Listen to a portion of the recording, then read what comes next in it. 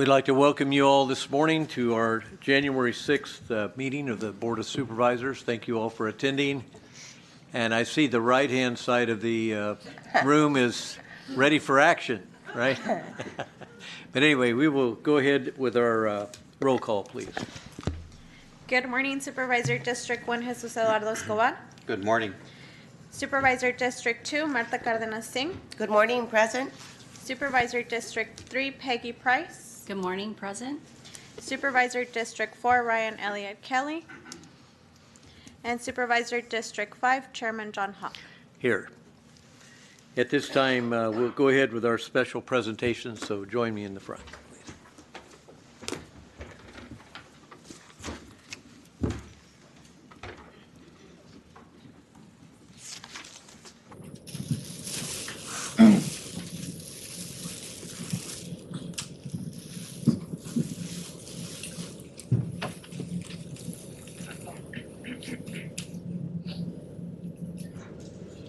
Good morning, Board Chairman.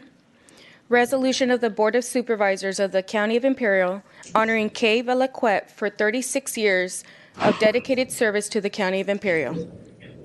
Whereas the Imperial County Board of Supervisors expresses their sincere appreciation to Kay Velaquette for her dedication and commitment to the Imperial County.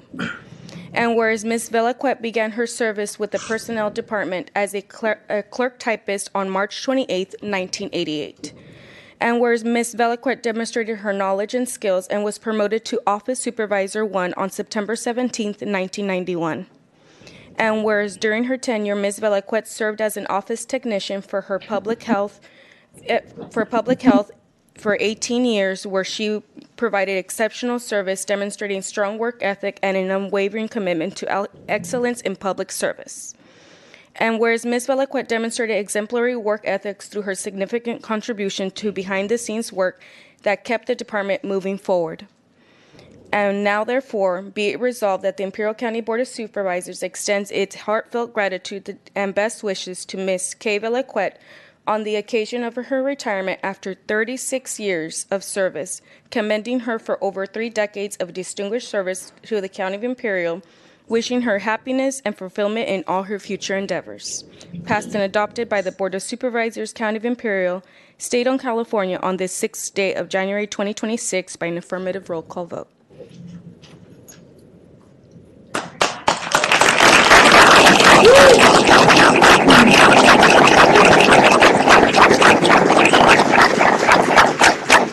District 1? District 2? Yes. District 3? District 3? Yes. District 4? Yes. And District 5? Yes.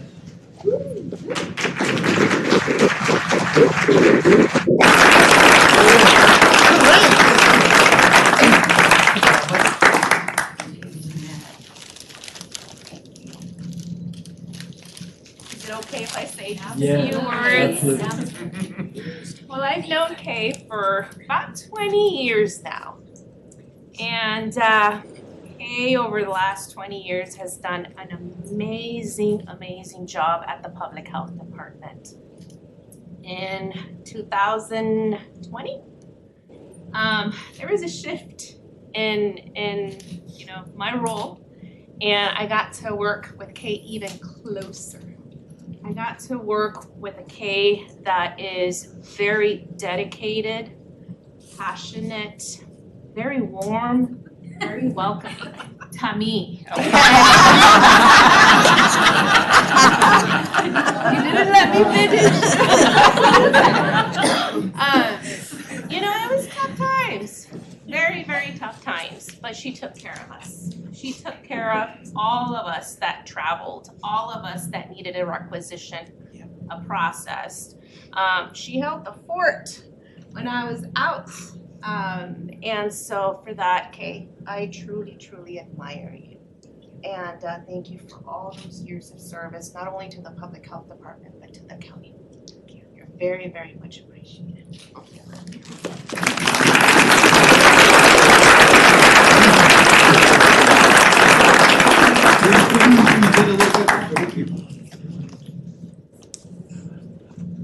right, here we go. Looking straight at the list. 3, 2, 1. Do another one. 3, 2, 1. Perfect. I would like to say thank you to all my coworkers and those that I don't work closely with, my departments, CEOs, clerk of the board, county council, auditors, all of them that I deal with on a daily basis, but most of all my staff. I appreciate you all, and I'm gonna miss you guys, but I know where to find you. Thank you, everybody.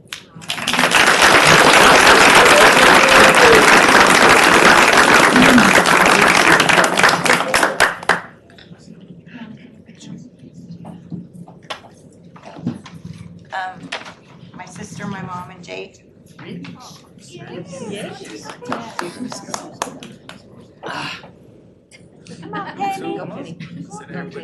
on, Penny. Get up there.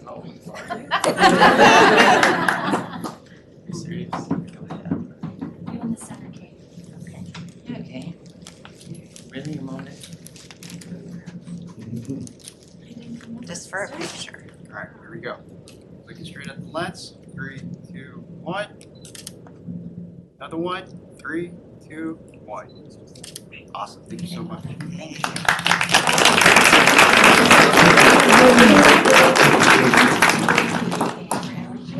Thank you, Ryan. Thank you. Thank you. Thank you.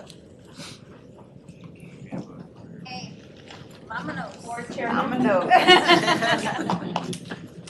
the Imperial County Board of Supervisors would like to recognize the coaching staff of the whole coaching team in recognition of their outstanding coaching, leadership, demonstrating dedication, discipline, and sportsmanship during an undefeated 2025 season, culminating in the Imperial Valley League Championship, presented on January 6, 2026. Coach Jason Turner.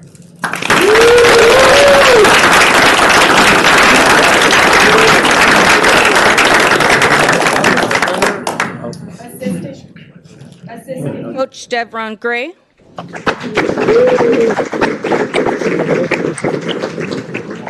Assistant Coach Fabian Gonzalez.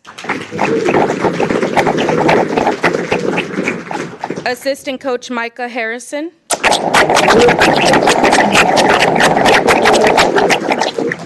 Assistant Coach Tyler Bennett.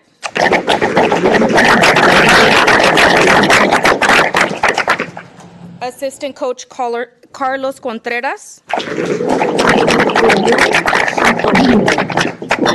Assistant Coach Guillermo Ruiz. And Assistant Coach Justin Stacy.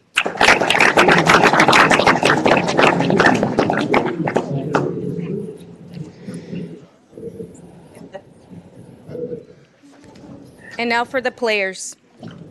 In recognition of their outstanding athletic performance, demonstrating dedication, skill, and sportsmanship during an undefeated 2025 season, and achieving the Imperial Valley League Championship following a decisive 54-24 victory over Imperial High School. Oh, Axel,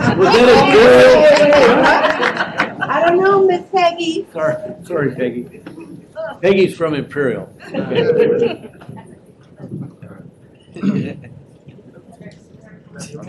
Oh. Yeah. Okay, let's start it. Axel Gomez.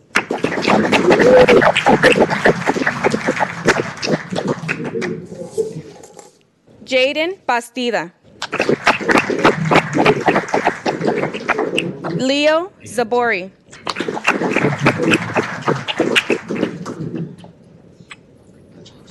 Alonso Cuevas.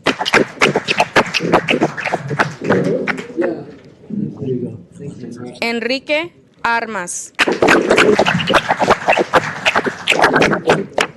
Tyson Abdullah. Kai Gonzalez. Braxton Buscali.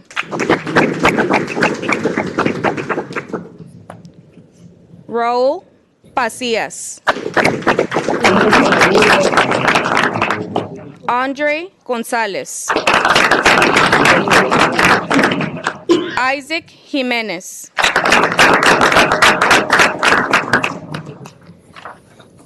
Frank Barcelo. Asiel Miranda.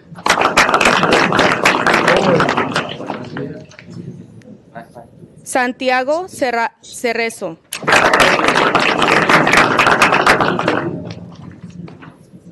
Jackson Ungaray.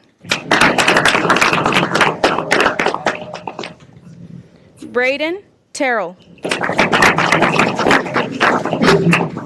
Marcos Garcia. Drew Kellum.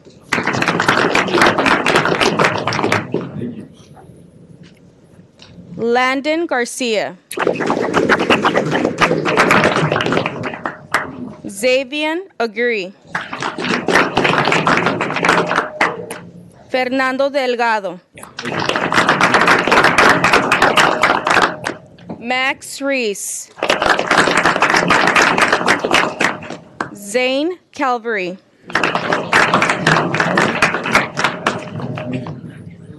Oscar Moreno. Abraham Abodaca.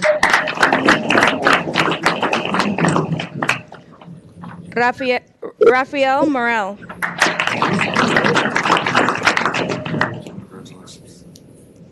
Andres Martinez. Omar Aguilera.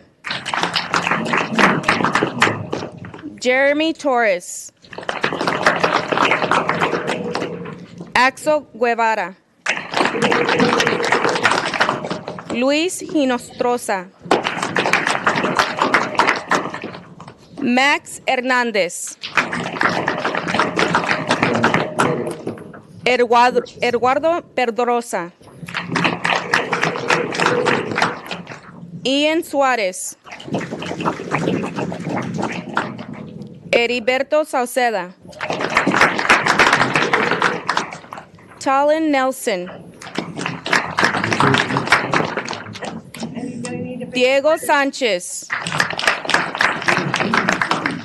Andrés de la Cruz. And last but not least, Alan Carrillo.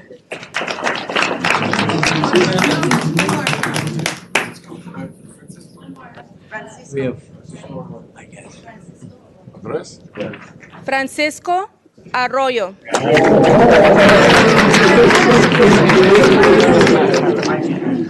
And a special recognition for the managers, Luz Ayon and Haley Turner.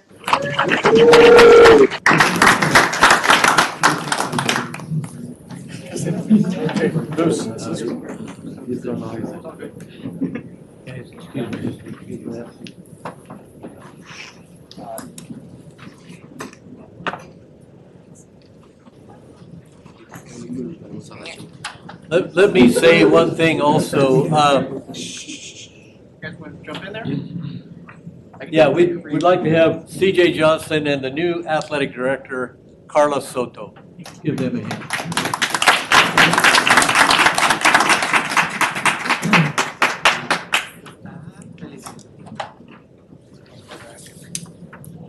All right, guys. See, yeah, we can see you. Guy in the white hoodie. There you go. All right, here we go. Looking straight at the legs on 1, 3, 2, 1. Let's do another one. 3, 2, 1. Awesome. Thank you so much, guys.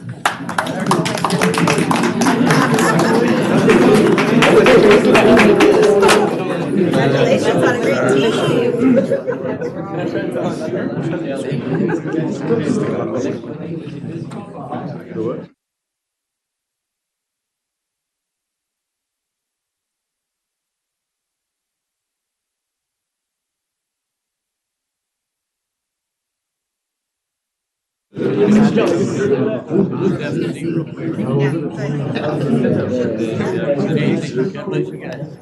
team. Breakfast, huh? Hey, there you go.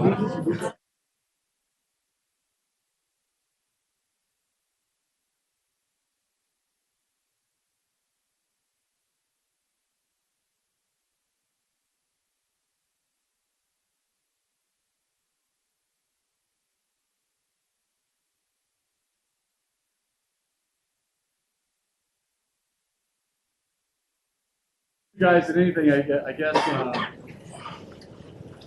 since we're the only ones in the room. It was a special year for us. It was a great year for us. It was a fun year for us. And a lot of times we get lost in just in wins, but this was a fun team, man. We had a blast. I mean, we had a blast. This is the first football IVL championship in the history of Humboldt High School. In the history ever since 1914. It's the first time that we've been in the IVL for football since 1959. The first time that we've beat Central since 1957. And this is the first time that we beat Brawley since 1953. So a historical season, but more importantly, We got beating Imperial, right? yeah, that one's for us. You know, no, hey, beating Imperial was great because listen, Imperial Valley has a lot of good football teams. They're all good. I mean, they were 9-0. Imperial was good, and we have 25 kids. About 25 kids are young men on our football team, and they're relentless. And the amount of kids that we have in our school for both levels, most teams have that for one level. So it just shows you their attitude, and most of all their love for the game, because we ask them to do things that they traditionally would quit before finishing, but since they love the sport, they keep doing it. Our running back, Enrique Armas, we call him Pollo. He ended up being the #1 running back in the state of California. He was in the top 10 in the whole nation. It's fantastic. It's a credit to his offensive line. It's a credit to his receivers, to his quarterback. It's a credit to the defense.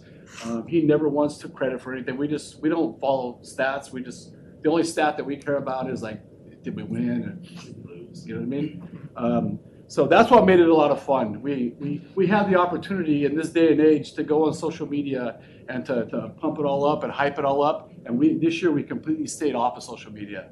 We just said, hey, listen, talk is cheap. All we're going to do is we're going to go out on Friday night and we're going to play. And that's it. So very proud of this team. I don't know if Hope will ever repeat a team like this, but we're not going to worry about that. We're going to enjoy it. What we had. Thank you guys for taking the time to have us here. Thank you. Thank you.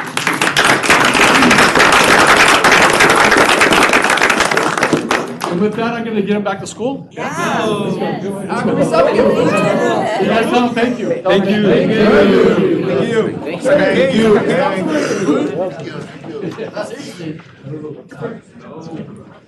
Luz, can I go back this week and put some more?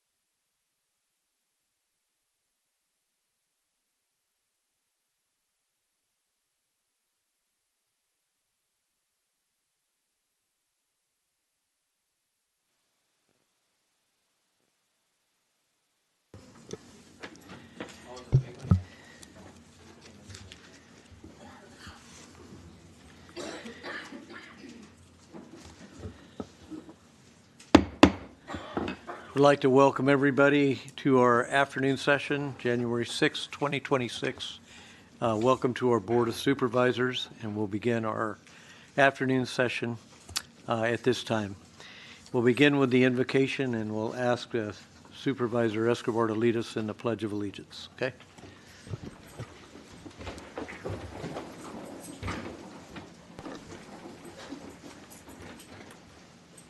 Let's bow our heads. Father, we're thankful for this day. We're thankful for everyone here. And Father, we ask you and thank you for blessing our county. We thank you for those servants that are here on the dais today that have chosen to serve. We thank you for the many in our audience that are doing the same, that serve their community in many ways and fashions. Thank you, Father, that you are good and that you have blessed us in many ways. Thank you for our churches, our schools, and those institutions that help us raise our kids and give us moral clarity. We thank you, Father, for an opportunity as we look to you today. We thank you for this opportunity now to serve the public. And we ask this in Jesus' name. Amen. Ready? Begin. I pledge allegiance to the flag of the United States of America and to the republic for which it stands, one nation, under God, indivisible, with liberty and justice for all. Okay, at this time, we'll go ahead with our reorganization of the board.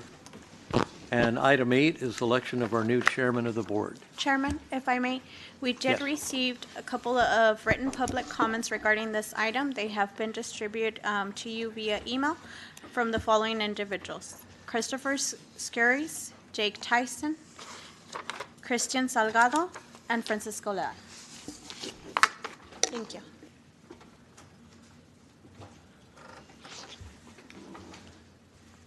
So, okay, they're not gonna read? There were written Okay. public comments and All have right. been distributed to the Board of Supervisors. Okay, so we'll move on to item 8, election of our new chairman of the board. Motion to elect Peggy Price as the new chair. Can I say chairwoman? Is that fair?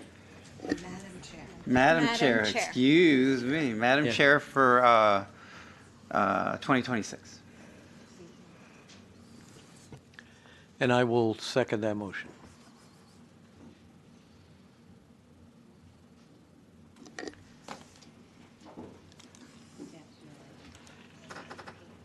Okay, so there is a motion by Supervisor Escobar and a second by myself. Please vote.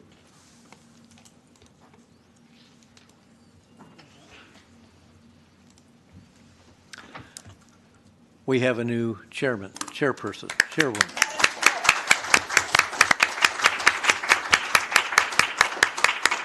It is my honor to pass the gavel to her. Not an average gavel like this one, that's for wimps. So Peggy's going to carry a big stick this year.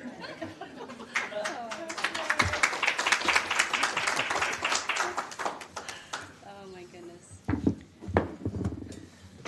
Thank you, Mr. Hawk. Appreciate that. That's a big one. Goodness. Big shoes to fill. That's for Gabe. Yes. Or no, for me, for Gabe. All right, with that said, thank you. Let's move on to item number 11, which is election of the new vice chairman or chairperson of the board.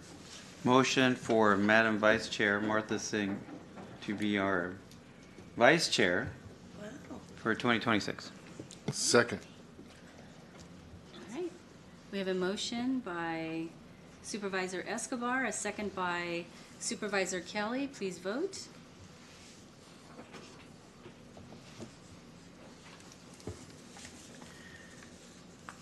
All right. We have a 5-0. Thank you. All right.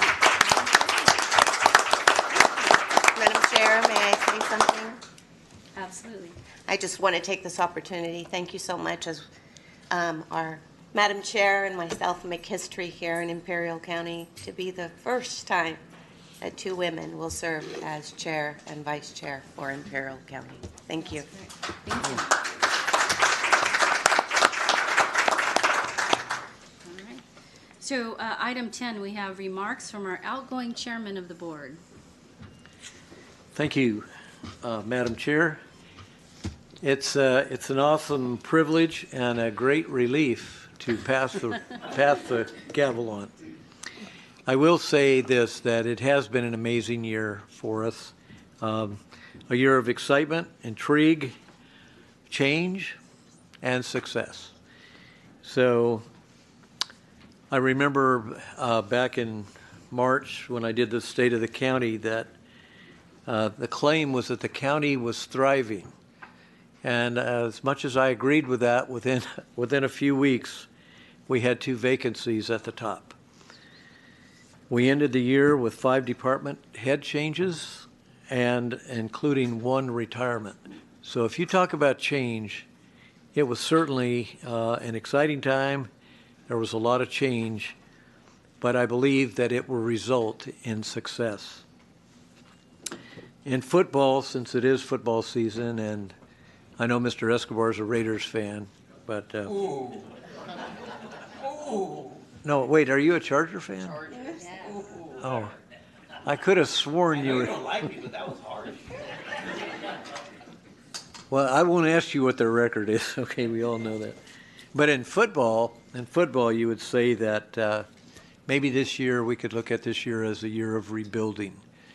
Teams at the bottom, like the Raiders, get the first pick and they get to move on. So we are in a rebuilding process. But I do, when I look back on this year, I do count it a privilege to serve this county.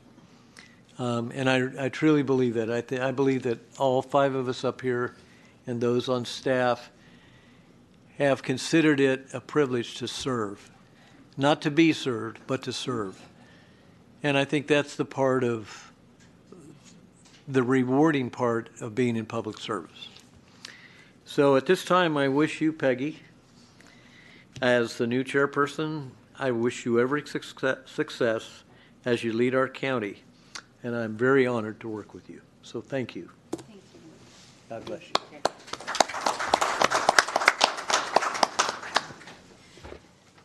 Supervisor Hawk, if you'll please stand. So on behalf of the county and your year of chairmanship, we present you with this gavel for your liking in your office. Great. Or what have you. But again, thank you for your leadership. It's appreciated. It's been a great year working with you as our chairman. Thank you, Peggy. Thank Appreciate you. it. What do we do with this?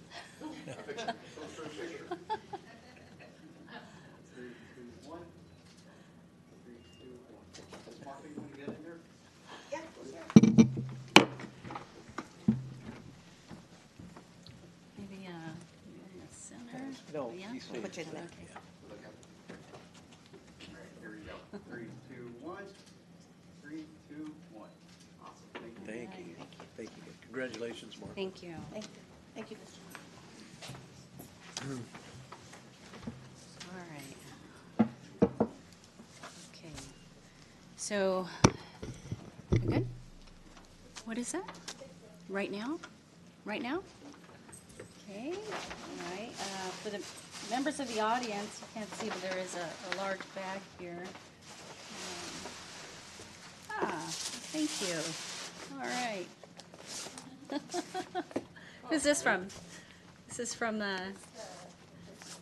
Thank you. All right, another bag to carry and fill. I don't know. That's kind of slim for me. I have to trim down. Thank you.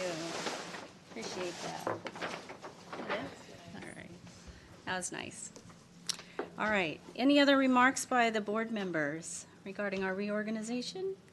We good? I do, yes.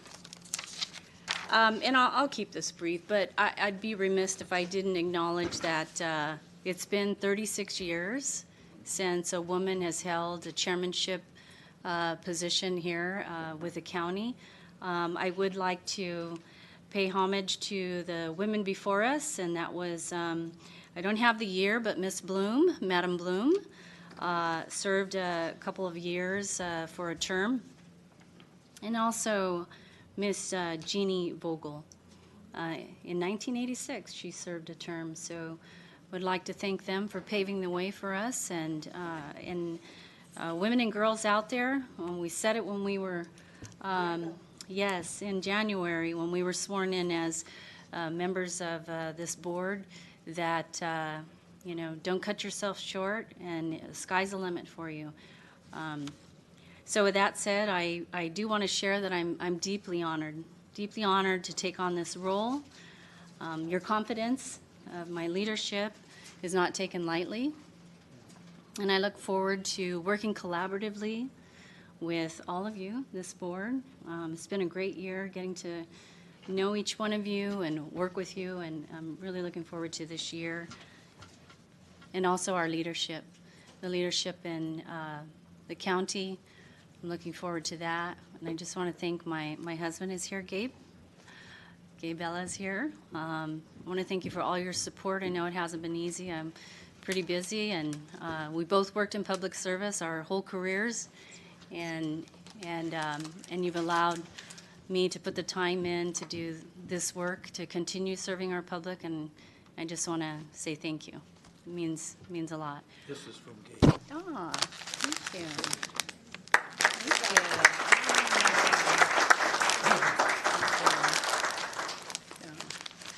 Now, here we go. Gavel. Yeah, thank you. And staff. I want to thank the staff. It's been a pretty active year, and I just want you to know that we're going to continue moving things forward, filling these key positions, and to the community. I'm here to continue leading and serving you. So with that said, I just will conclude my comments and just want to say with great gratitude, I'm here to serve you. Thank you.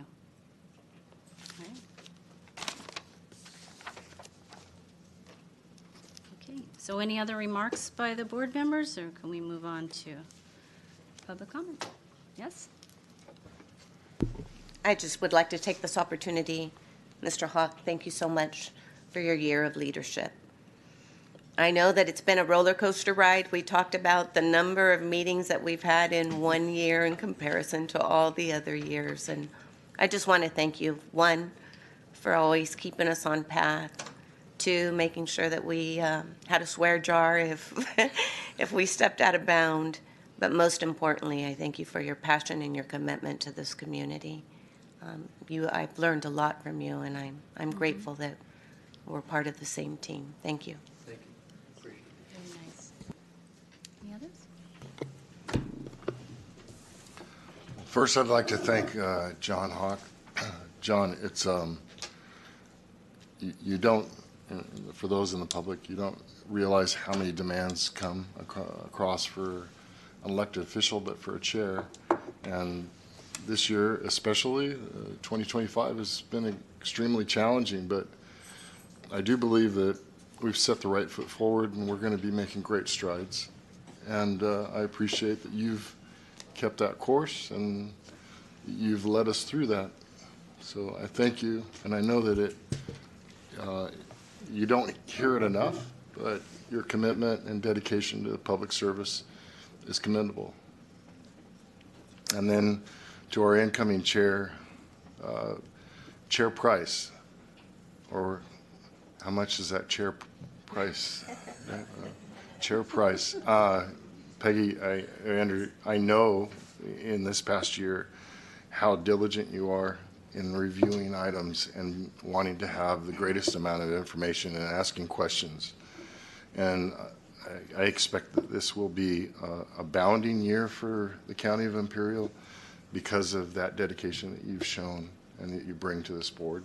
So I'm very happy to see that you're now the chair, and anything that I can do or the rest of us can do, just let us know. Thank you.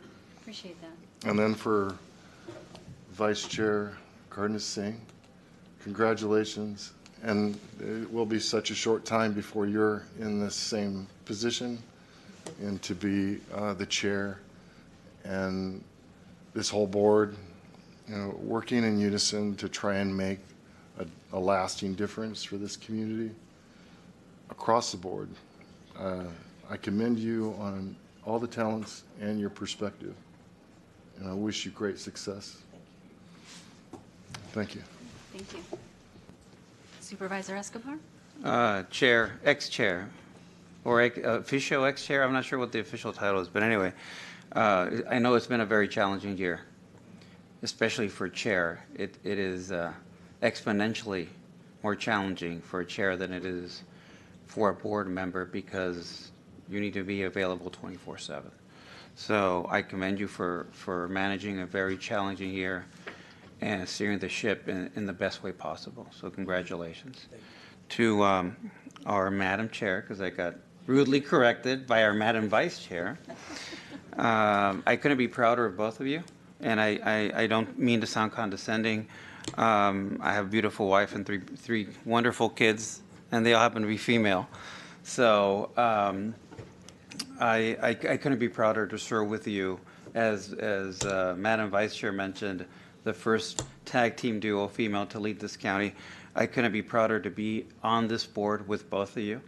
And I say that with a lot of passion, given my family and the issues with my family, health issues, etc., the fact that they're all female, and just what they have gone through. I couldn't be prouder to be serving with you as our leadership team moving forward for 2026. So congratulations to both of you. Thank you. All right. Okay. All right. Thank you, everyone. Madam Chair? Yes. I wanted to address you separately, if I can. Sure. I just wanted to take this opportunity. I'm just so proud of you. Just amazed at the great work that you've done. Miss Peggy, I've known you for many years outside of the capacity that we serve in, and that's always been service and commitment to our community. We've both been very strong advocates for ensuring that we're paving the way for young ladies, for girls and women of all ages. I'm very proud of you, and I'm so glad to be sharing this moment with you. Look forward to your leadership, as you always do, with grace, integrity, and diligence. So I look forward to your leadership. Congratulations. Thank you. And likewise, Madam Chair, Vice Chair, yes, this is the first in history that the two of us will be up here. We joke around about getting things organized, and the rest of the board chuckles along with us that we've been able to get things organized in a way that they've never seen. So really looking forward to the work that we're going to be able to do this year, and extremely proud of you as well. I know that you've been a huge advocate in the community.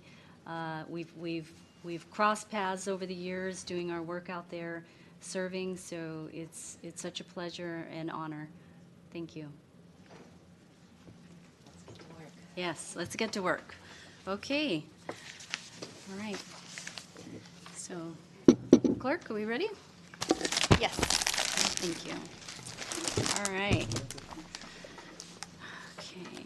Public comment. This is an opportunity for members of the public to address the board on any subject matter within the board's jurisdiction, but not an item on the agenda.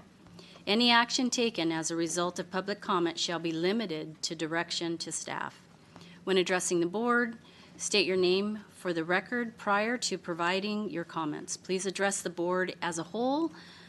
Through the chairman, individuals will be given 3 minutes to address the board. Groups or topics will be given a maximum of 15 minutes. Public comments will be limited to a maximum of 30 minutes.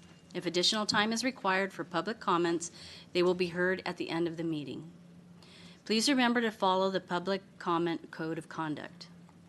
No profanity or obscenity, yelling or screaming, no slander or defamatory statements, no personal threats or attacks.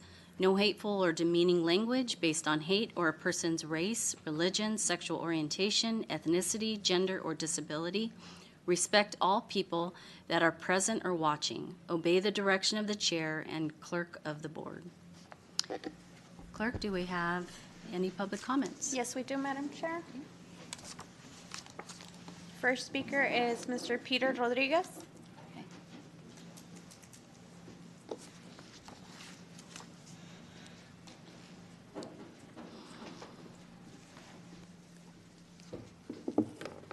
Good afternoon, members of the board and audience.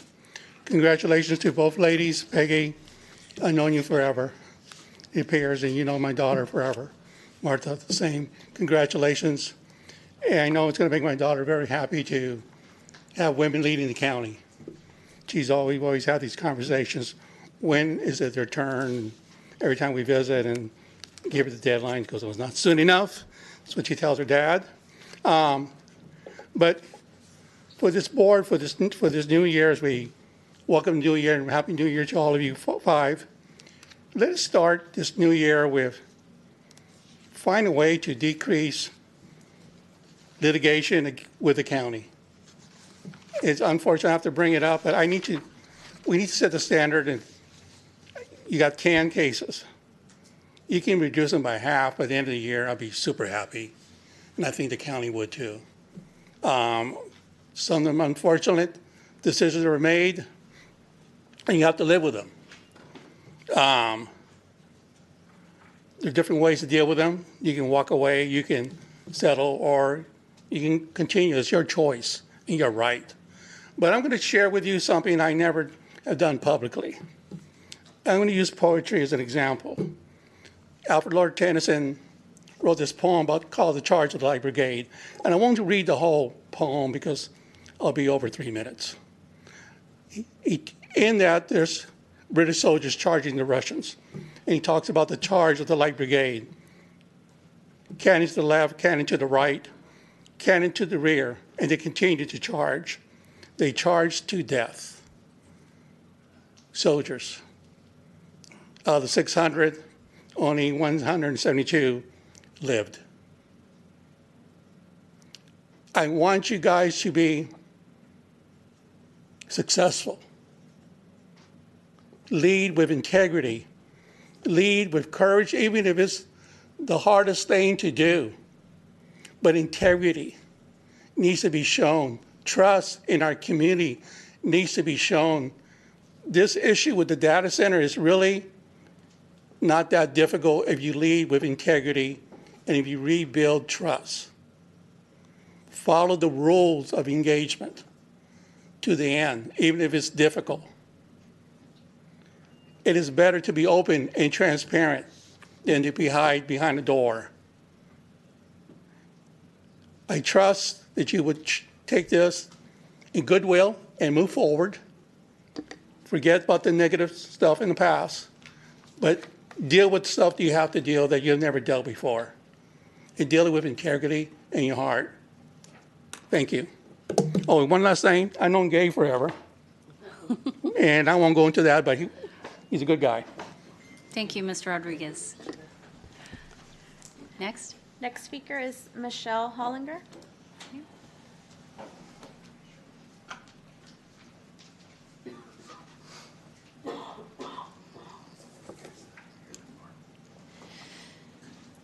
Good afternoon, Board of Supervisors. Congratulations, Madam Chair and Vice Madam Chair. I am Michelle Hollinger with Victoria Homes, and I also live in Victoria Ranch in Imperial. I'm here today in opposition of the 950,000 square foot AI data center proposed 116 feet from homeowners in Victoria Ranch. Now, I could tell you that AI data centers will hurt our health and our environment, but honestly, I don't know. And either do you. Without the CEQA, without the EIR, you have no idea what you're doing to your valley. I request that you investigate and consider AI data centers in M1 zoning as a permitted use be removed from M1. It doesn't go there. It doesn't correlate the same as an antique store, a bicycle shop, or a farmer's market. I'm confused on how that works together. I am also confused why the developer, Mr. Rochi, thinks of Imperial Valley residents as the underdogs, said in an earlier December board meeting. He looks for the low-income communities. He pries on it. But I promise you, we will not roll over. I am confused on how Supervisor Kelly can ask, how come the county cannot have anything good come to this council? I am here in opposition of this AI data center. I ask that the county supervisors rezone AI data centers to have CEQA and EIR studies. I ask that the county supervisors put special conditions on AI data centers located near schools and residents so that the developers cannot pry on Imperial Valley.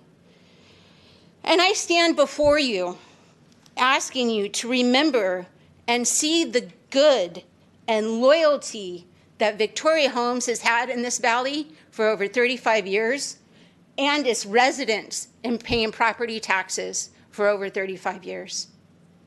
Thank you. Thank you, Ms. Hollinger. Robert Powell.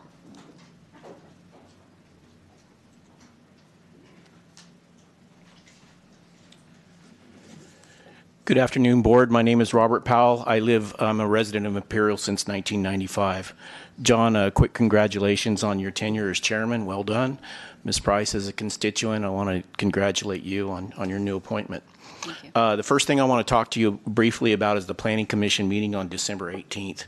There was a disturbing lack of decorum by the attendees, but I just want to remind all of you that almost none of these attendees were experienced environmental activists, nor were they lobbyists. They were just concerned citizens trying to protect the future health and well-being of their families. After seeing hundreds of citizens imploring the Planning Commission to not approve the lot merger, and with only a very few speaking in favor of it, this should have been an easy call, which should have been ask for more CEQA analysis or deny the lot merger outright. But instead, the commission appallingly voted 5-2 in favor of recommending a lot merger. That's hard to understand. And the lack of decorum by the commissioners was even more disturbing at the conclusion of the meeting. They've shown no concern for the well-being of citizens. They seem to not have a lack of. They seem to have a lack of understanding for CEQA, and you should seriously consider who you've appointed to that commission, because they're not looking out for the citizens, at least from what I could tell. Now, I want to talk to you briefly about the health risk assessment that was recently done on the data center. I took a look at that health risk assessment, and it assessed the risks of air emissions to the neighboring receptors. The problem is that health risk assessment, or HRA, did not look at the effects to be expected from the entire generator farm being cranked up at once. Rather, they looked at when the generator farm is doing testing and only a portion of those generators are cranked up. That's not adequate CEQA analysis, and that's not an adequate evaluation of the impact to the residents from this thing right in the middle of our residential area. This is an easy call. I cannot understand why you would not require adequate CEQA analysis for this. Anyway, I trust all of you that you'll do the right thing for your residents. We're just trying to look out for the well-being of our families and the future of our homes. Appreciate all of you, appreciate the time to talk to you. But there is an orderly way to evaluate this project. It's called CEQA. And I know that some of you may be a little queasy about environmental analysis, but this is a planning law. This allows adequate, orderly planning and evaluation of impacts. And please don't let this health risk assessment be your final evaluation of this project, because it wasn't adequate. Thank you. Thank you, Mr. Powell. Eric Reyes.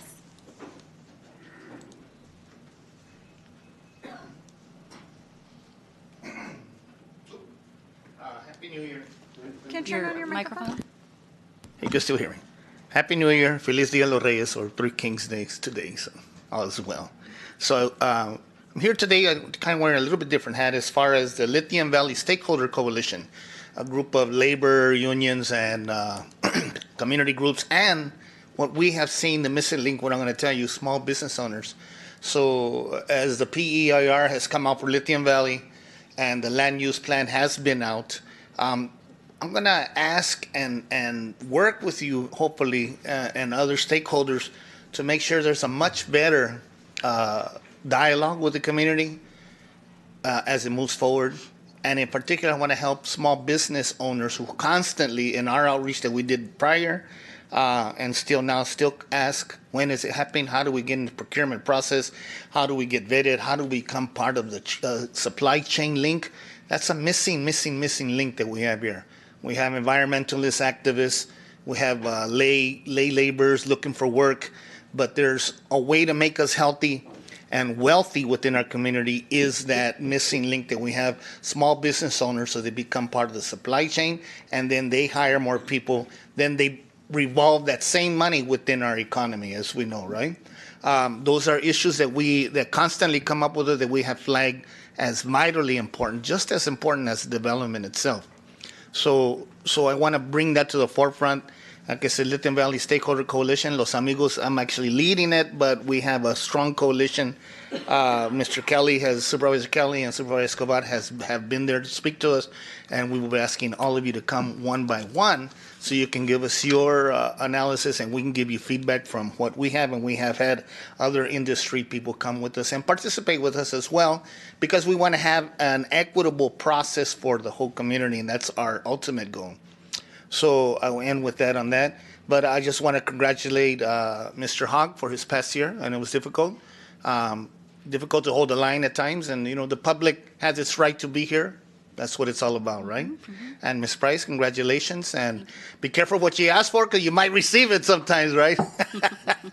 So it's going to be contentious, it's going to be difficult. Let's have, as they said, let's have dignity, let's have respect, and allow the process to play its way through the way it's supposed to, and we can all come to an agreement, even if we disagree, that the process was fair, and it was transparent, and it was accountable. There's nothing worse than behind-the-door negotiations, of which we have all seen many times. Imperial Irrigation District currently is in a behind-the-door with the Colorado River negotiations. You guys should be part of it. You guys should know what's going on as well. And it's coming to head. Those type of things really hurt our community trust of agencies, government, and elected officials. So I thank you, y feliz año nuevo. Gracias. Thank you, Mr. Reyes. Next speaker is Jorge Gutierrez.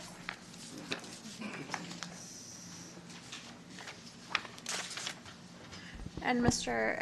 Eddie Lopez will be translating for him. Try my best.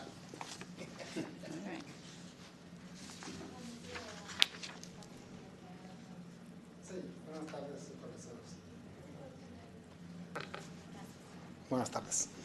Good afternoon, Soy Supervisors. fundador de la asociación George Gutiérrez. Estoy haciendo la asociación para ayudar a la gente de Valle Imperial por algunas malas experiencias que hemos tenido en la corte. He is actually trying to establish a nonprofit association to assist people. No hay quien pueda ayudar con formularios, con abogados de familia. There's no people that can assist with forms and lawyers for families. Realmente están desprotegidos, y parte de la asociación es ayudar a la gente contra la alineación parental que están utilizando a los hijos menores de 14, 13 años en la corte. They're actually here to support the children and the families who are currently struggling with court. Manipulados, los presentan, hablan en contra del padre contrario, y esto les afecta emocionalmente y psicológicamente porque no pasan por un filtro psiquiátrico ni psicólogo, y pagan las consecuencias los padres contrarios. That they're currently being manipulated and they don't have any words or will to say anything to the actual lawyers. Entonces ahorita, ya después de tantos meses, ya tenemos las autorizaciones del IRS para la asociación sin fines de lucro, y estamos buscando los recursos. Aquí hay una oficina, una cuadra, que queremos para que la gente que tenga necesidades de la corte puedan acudir a nosotros a que les ayudemos. And now that he's actually worked with the IRS, he's actually tried to establish his nonprofit, and he's here asking for resources from you guys so you can support him in his endeavor. Soy nuevo aquí en Nueva Imperial y me vine a dar cuenta realmente de la necesidad tan grande que tiene la gente y nadie ha visto el tema de la necesidad de proteger a las familias legalmente. Están desprotegidos, si no tienen abogado no pueden ayudarles en temas civiles ni de familia. Entonces nosotros, yo y mi secretario y algunos miembros estamos buscando los recursos para poder rentar la oficina, equipo de cómputo y ya tener esperanza para poder ayudar a la gente que tanta necesidad tiene. So they're currently aware that there's no one here to actually support them in his building of his nonprofit, so he's actually here again asking you if you can support him with resources such as an office or computer resources, technology, to eventually get that office going for him. Y les agradezco, no venía preparado para esto, llegué inesperadamente, pero les agradezco y ojalá nos puedan apoyar, ahí tienen la información. And he appreciates your help, and he wasn't prepared today, but he just kind of came in, kind of threw that spiel towards you guys, but he's here willing to take any information from you guys. Thank you. Okay. And Eddie, if you'll help me with interpretation, Sure. we can give direction to provide those resources potentially that you're looking for through our executive office. Susan. Happy. Go for it. I'm happy to take that on and do some research into it. Thank you. Si gusta comunicarse con la oficina ejecutiva y nosotros le podemos ayudar en el futuro. Gracias. Gracias. You're welcome. Thank you. Madam Chair, we do have one last public comment, but she is on Zoom, so we will allow her in.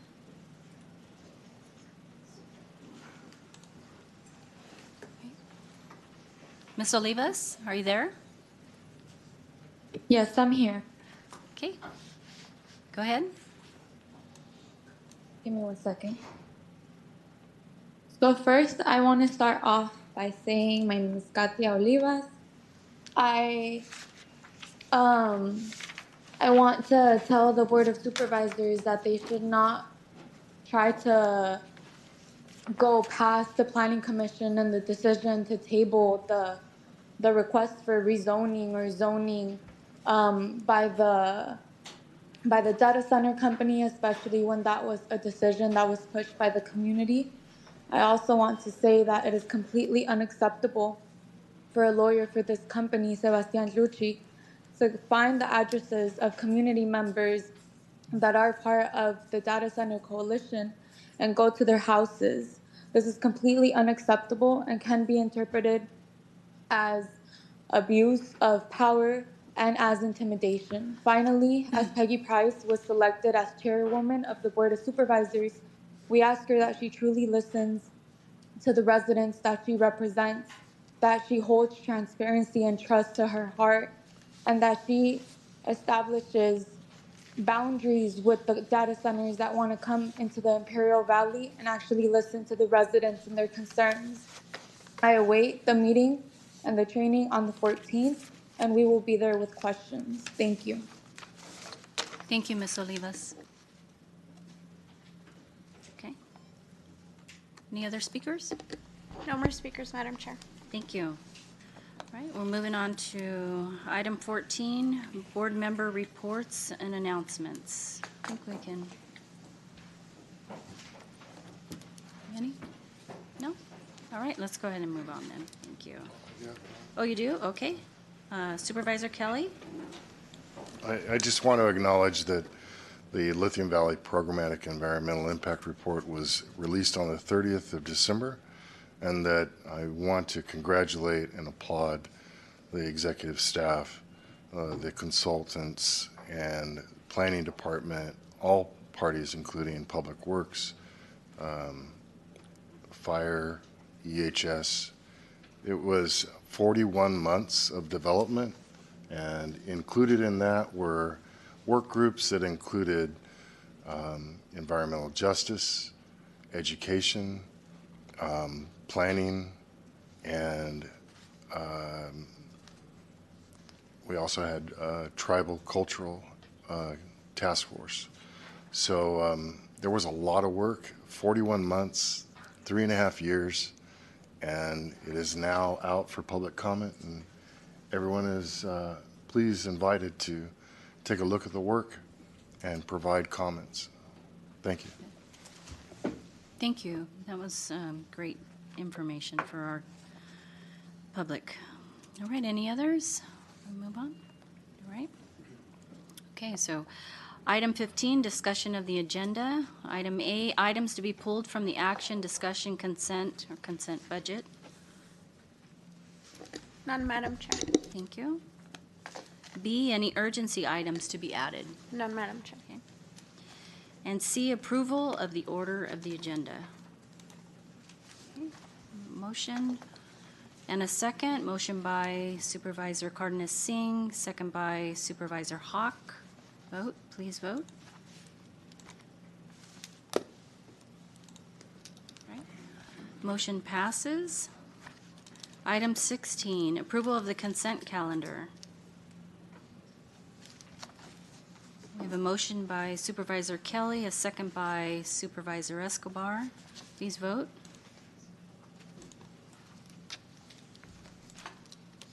Motion passes. Item 17, approval of the consent budget. We have a motion.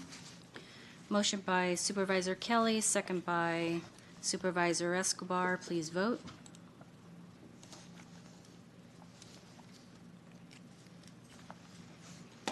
Item 18, District approval. 5? I'm sorry. I'm sorry? District 5? Right. Item 17, motion passes. Thank you. Item 18, approval of the official proceedings for December 23rd, 2025. Motion by Supervisor Hawk, second by Supervisor Escobar. Please vote.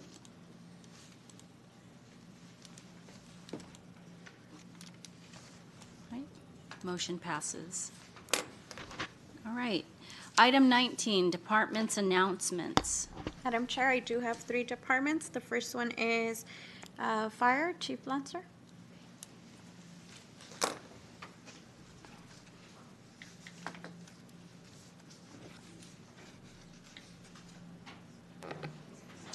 Good afternoon. Thank you, Madam Chair and Madam Vice Chair. Congratulations, and especially to outgoing Chair John Hawk for escaping the year relatively unscathed.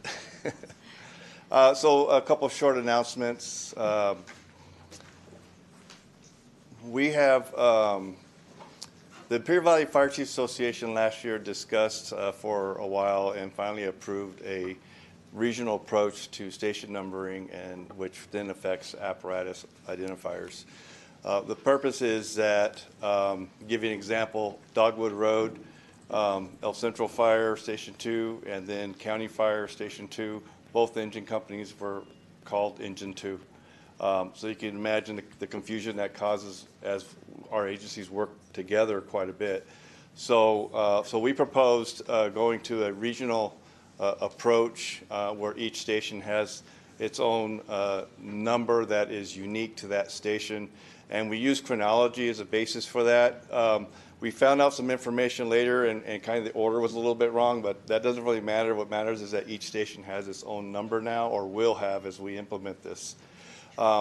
There's 2 segments or 2 portions of a unit identifier. One indicates what type of unit. So is it an engine? Is it a ladder? Is it a medic unit, which is a paramedic ambulance, et cetera. And then the number indicates what station that unit is assigned to. So why do we do this? I kind of touched on it. Eliminate duplication of apparatus and unit numbers. It also specifies the type of unit. Different fire units have different capacities, so that's very important in the fire service world. And then it improves personnel accountability and resource management. And when we talk about personnel accountability, we're not talking about holding someone accountable for doing the right thing. We're talking about knowing where everyone is at all times on the fire ground, or on a tech rescue incident, or a hazmat, whatever the incident is. So this goes a long way to ensuring that we have unique identifiers for every unit and thus for every personnel. We implemented the changes January 1. for county fire. The other departments will implement by June 30 of this year. With the exception is Calpatria, Holtville, and Westmoreland. Calpatria and Holtville have opted out at this time. They still have an identifier, so it will be unique to them, so we can work around that. And this is the list of the stations. So the old County Station 1 is now Station 4. The Imperial City Station 4 is now Station 8. And then you can see the list of the other stations. I will email this to the CEO's office for distribution, so you have reference to it. If you look at our significant event reports, you may have already noticed we're using the new numbers. I don't know if you noticed that or not. Sometimes you just want to get to, okay, what happened and not worry about the units. But we are using, again, since January 1, we're using the new methodology of numbering our units. So I wanted to make you aware of that, that change is in place, and the rest of the departments, again, with those few exceptions, will occur by June 30.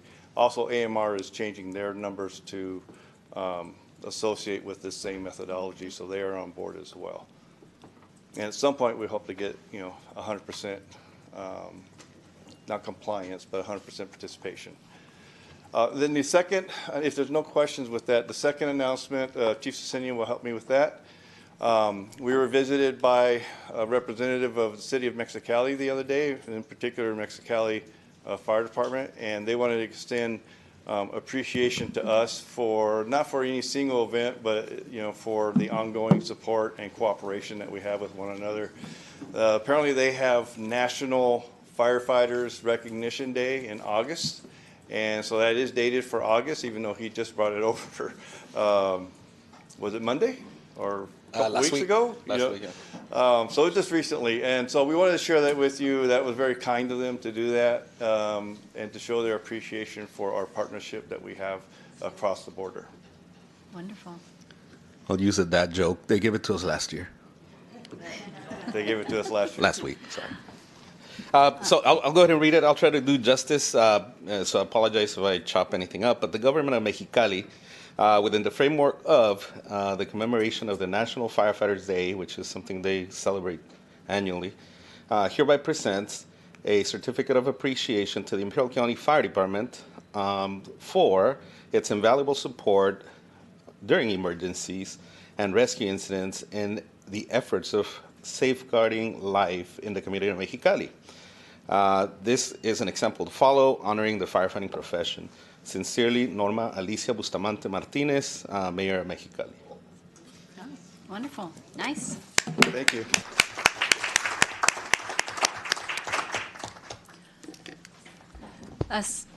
Chief, just a quick comment. Maybe it would be nice if you could share that with Eddie so we can socialize that with the community, that acknowledgement. Thank you. Okay. Next up is Ms. Barry Bean, Assistant CEO.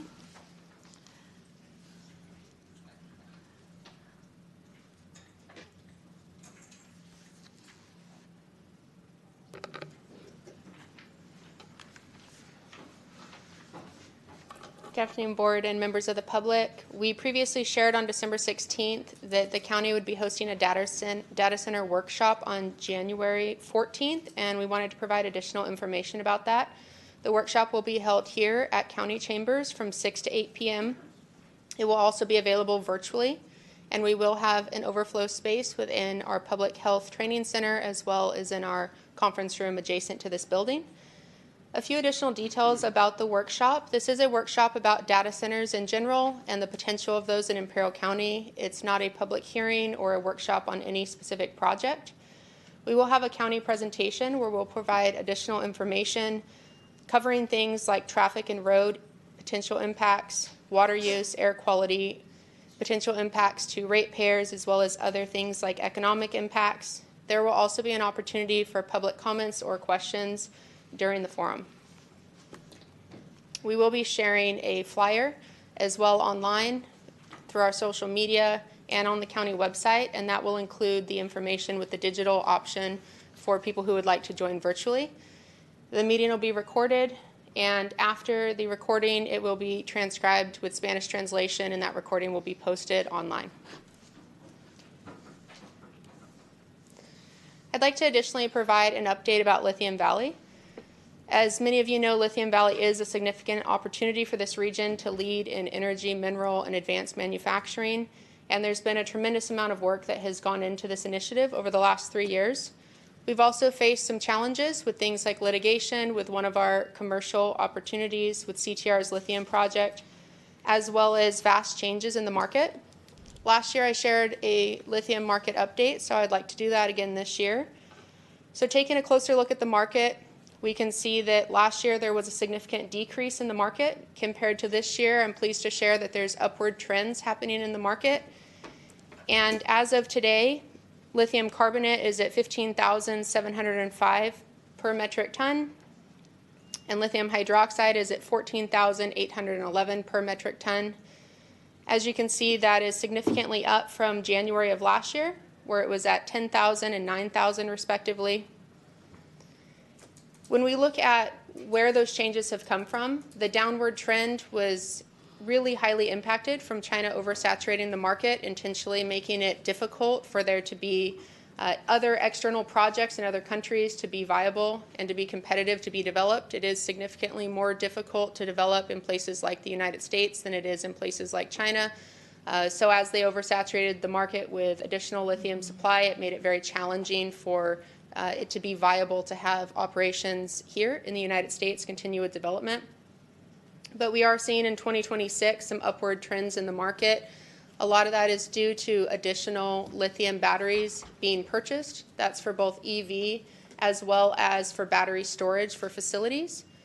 Another thing that we're seeing with EVs is that they're continuing to expand the range that those vehicles have, which requires larger batteries, which means more lithium going into those batteries.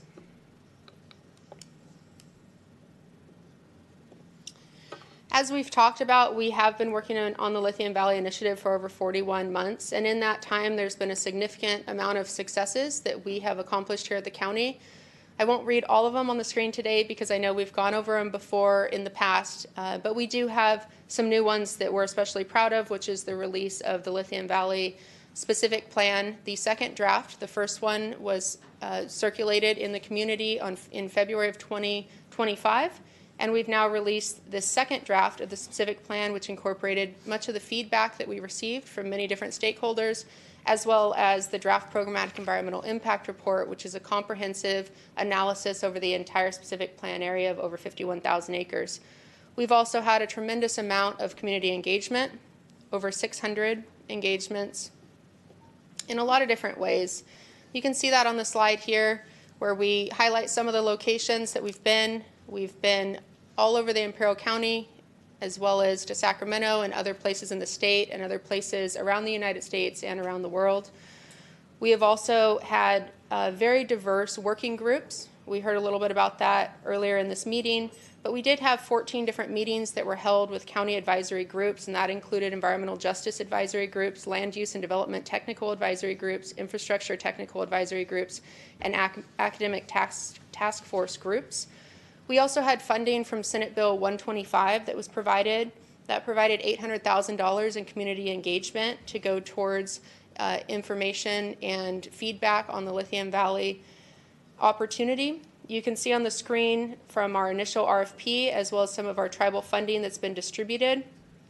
We also have an additional RFP that was issued in November of 2025 that we will be awarding here this month that will award an additional $188,381.07 for additional community engagement throughout the process of the RFP, the lithium plan that's currently out. And we want to make sure that everybody knows where they can find the planning documents. So those are available on our website. This is a screenshot of what it will look like when you see that. These are all hyperlinks that allow you to download any of the documents. There are several different appendices, as you can see, and those are for different segments within the CEQA analysis that was done as part of this comprehensive study. We also want to make sure the community is aware that in order to participate and provide public comment, You can send that either to email, publiccomment@co.imperial.ca.us, or by mail to the Imperial County Planning Development Services Department. And we ask that all comments include LVSP 2025 so that they're clearly marked what your comments are for. We will not accept any comments that are mailed or emailed to different emails or different locations or to any other individuals. We want to ensure that we do collect all of the responses and that nothing is missed when we do our response to comment in the administrative record. So it's essential that they go only to these 2 locations if you'd like your comment to be included. And lastly, we'd like to briefly share a video about the Lithium Valley opportunity for the community.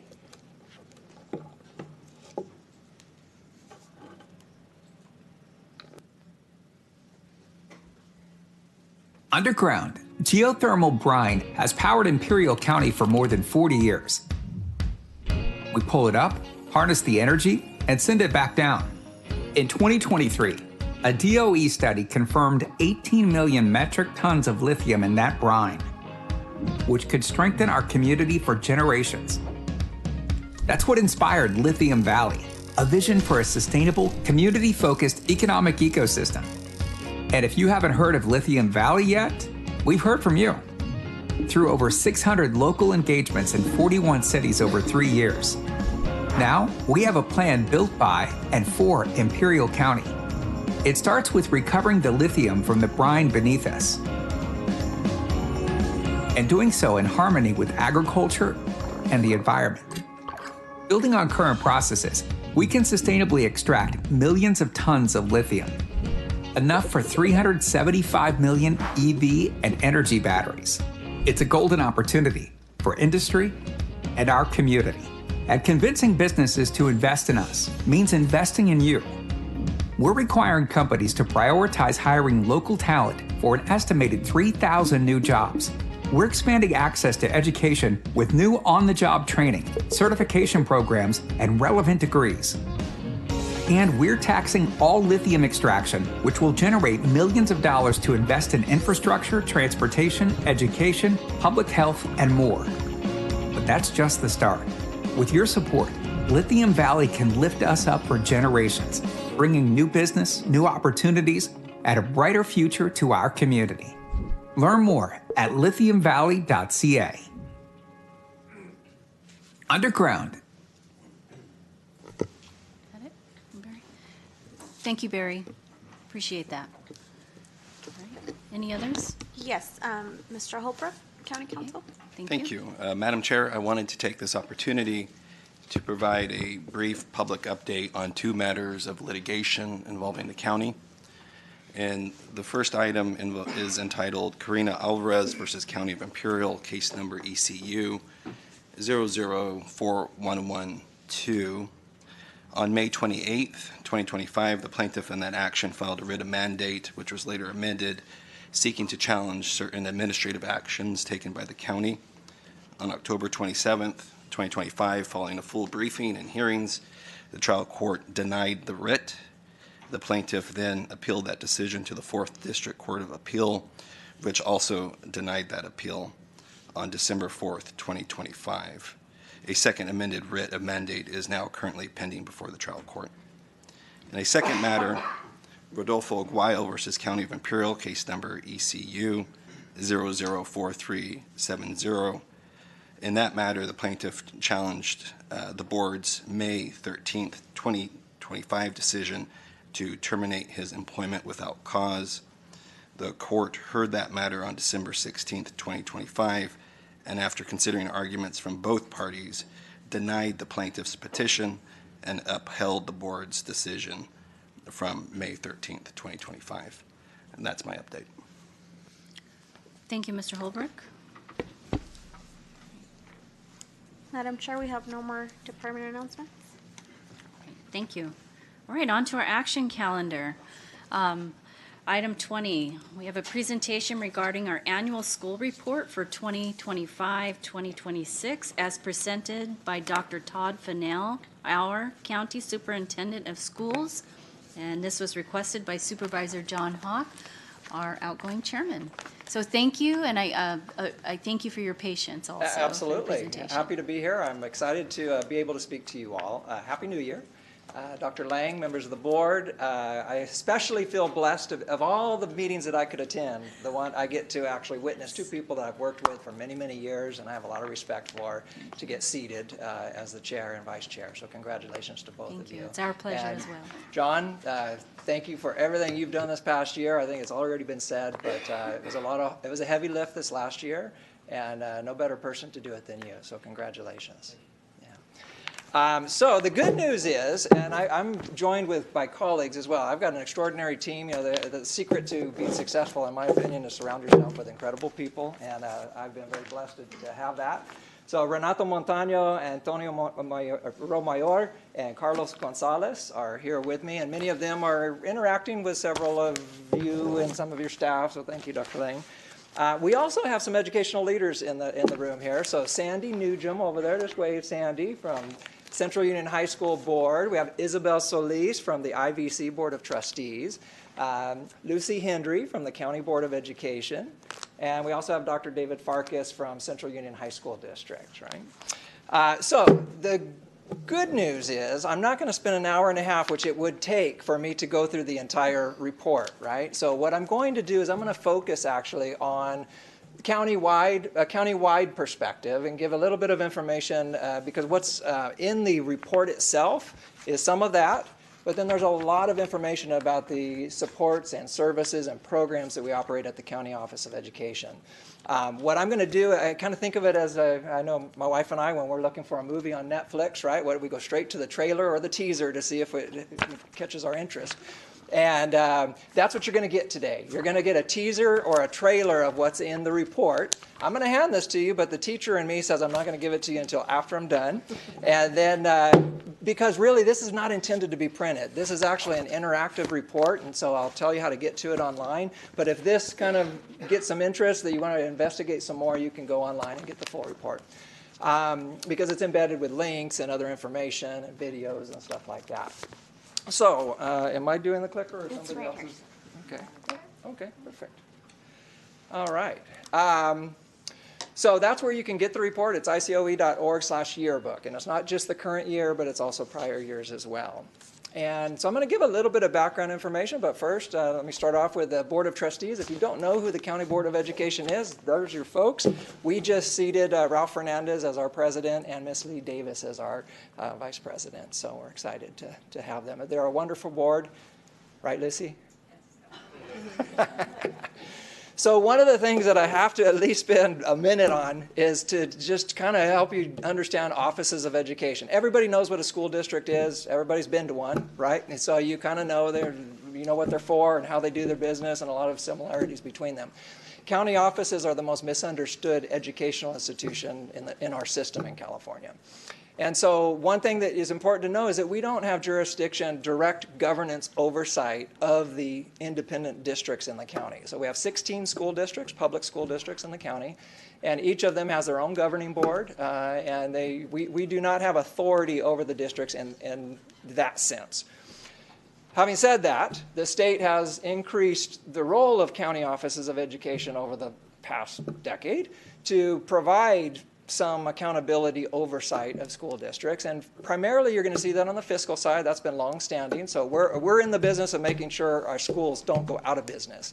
So we have a fiscal oversight role for that. Now we have the role of looking at their plans. It's called an LCAP. It's not really important, but local control accountability plan. It's what do they hope to do with the funding that they're receiving from the state, and how are they going to target their most vulnerable student populations? And so we have a role in reviewing those and approving that. A lot of professional development, academic performance I'll talk about in just a second. But one thing that we do that's unique, the school districts have a part in the early stages of serving some students with disabilities. But our office, for example, we serve some of the most vulnerable students that we have in the county. And those are the severe to profound disabilities in our students, medically fragile students. We have a large preschool program, students with disabilities. So that group, we also serve, we have schools throughout the county. So since you operate probation and the sheriff's office, you know that there's a school in the juvenile detention facility, and we operate that school. We also operate schools in Brawley, El Centro, and Calexico for students that have been expelled or court-ordered, not finding success in their comprehensive school. So that's kind of in a nutshell. I like to tell people county offices, about 90% of what we do, we choose to do. It's not because we have to do. And so I always tell the joke that we say is, there's 58 counties in the state of California.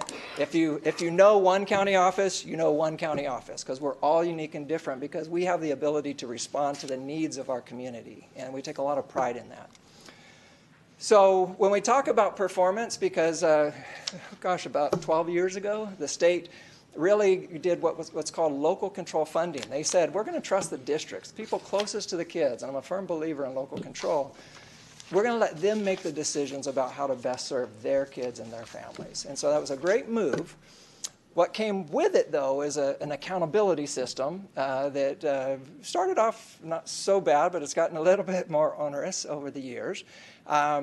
But I want to point to some of the demographics, then we'll get into kind of the student performance and the accountability. So if you look at the blue section in the top left, that's enrollment. Just in case you're wondering, we are declining enrollment just like every county in the state of California. So the state is actually declining at a faster rate than Imperial County is. So you'll see at our highest mark is 37 or so thousand students. We're at 34. I can't read that far, but it's right around 34,000. You'll see some demographic information. This is all in the report. It's important for us to understand who we're serving, especially because our accountability system in California really is targeting specific student populations and groups. And so it's really important to understand who our students are so that we can best serve them. And then that green section, because we're a big business in Imperial County. So we're closing in on $1 billion of expenditures in the collective countywide education, TK-12 education system. And why that's important for us as a community is because about 84 to 87% of every dollar we spend in education is for what? For people.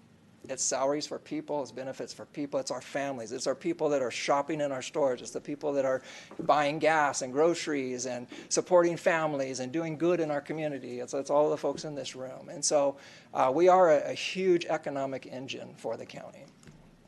So I always like to stress that. I think my clicker died. Am I supposed to point it somewhere? All right, next slide. Oops, go back one. There you go. So one of the things we did, because we have such a large, onerous school accountability system in California, we took it upon ourselves at the county office to build our own data system, because it's important that our schools, if they're going to get better at serving students and families, they have to be able to visualize, explore the data, analyze the data, and then make decisions based on that so that they can see if they're actually seeing gains and improvement. And so one of the things that I always love is when we do something and then it gets replicated by others, it's the greatest compliment you can ever get. And so actually several counties throughout the state of California are actually using the system that we built here to really help people understand, are they actually doing right by kids, and is it improving? The last county was Tehama County that we onboarded. Next slide, please. So these are our scores. I'm going to tell you right out of the gate, right? We are closing the gap towards the state average, but we're still not there. We have a lot of work to do to get to, and there's a lot of reasons we can point to. And I don't personally like state average comparisons because they really aren't that informative. But I can tell you as a high note is we are closing the gap. So the gap has always been there, and we are closing that gap year on year. Go to the next slide, because this one's more important. And I'm going to have to read the counties behind me, but Colusa, Madera, Merced, Monterey, and Tulare County, those are the counties that we pay attention to because there are comparable counties. And what do I mean by comparable? Well, if our accountability system is based on student population groups, then who has student population groups that are similar to us? And when we look at those counties, year on year, we've always outpaced them, every single one of them. And we're very proud of that. Now, is it enough? No, we're always trying to do better and do more. But when we look at the comparable counties throughout the state, we actually perform better in the school accountability system. Now, I do want to throw a little caveat there, which is, or a disclaimer. Academic performance is one measure, right? It's not in many cases, it's not even the most important measure, right? What we're trying to do is prepare kids for a fruitful and productive life, right? Turn them into citizens that are going to fully engage and interact with the community around them. And so there's a lot of other things that we have to look at, not just academic performance. So next slide, please. So what I thought I would do for you today, rather than kind of go through what you'll be able to peruse yourself when you go online, is talk about some of the initiatives that we have countywide in place today that really rely on county agencies and your support. Because I think it's really important for you to know, and many of the people were in this room earlier, but they've left, but David's still back there. So he's actively involved with us in one of our initiatives as well. So community schools, school safety, and mental health initiatives. Next slide, please. So community schools. I don't like the name because we also operate community schools, so it's a little confusing. But the Community Schools Initiative is really about transforming the school to be a hub for their community. In other words, integrating all of the services and supports that not only the students in the school need, but their siblings and their families at home in the community. So social services, mental health services, medical services, you name it, whatever the service needs are in that community, it's using the school to actually develop and provide those services for the community. So that initiative, if you can go to the next slide, obviously is, these are the districts that are participating. We rely critically on social services at the county. We rely critically on Imperial County Behavioral Health Services. They've been a great partner in this, and many others. So what we are seeing in this initiative is just tremendous, right? And it's not going to show up in the academic performance measures, right? But if people are getting good dental care, they're getting medical care, they're getting the kind of mental health supports that they need at home so that they can better, there's a lot of parenting classes and those kinds of things that go on. So we're very proud of this initiative, and it wouldn't happen without the county. Next slide, please. School safety. David's a part of this, as well as your sheriff's office, your sheriff's department, your EMS, all of your agencies. I always tell people now, my office overlooks the main entrance to our office. And I have never in my career, I've been in this 36 years, I've never seen so many uniformed police officers in our facility. And they're coming from all over the place. Not just local PDs or sheriff, but state, CHP, we're getting federal officers, all of those folks.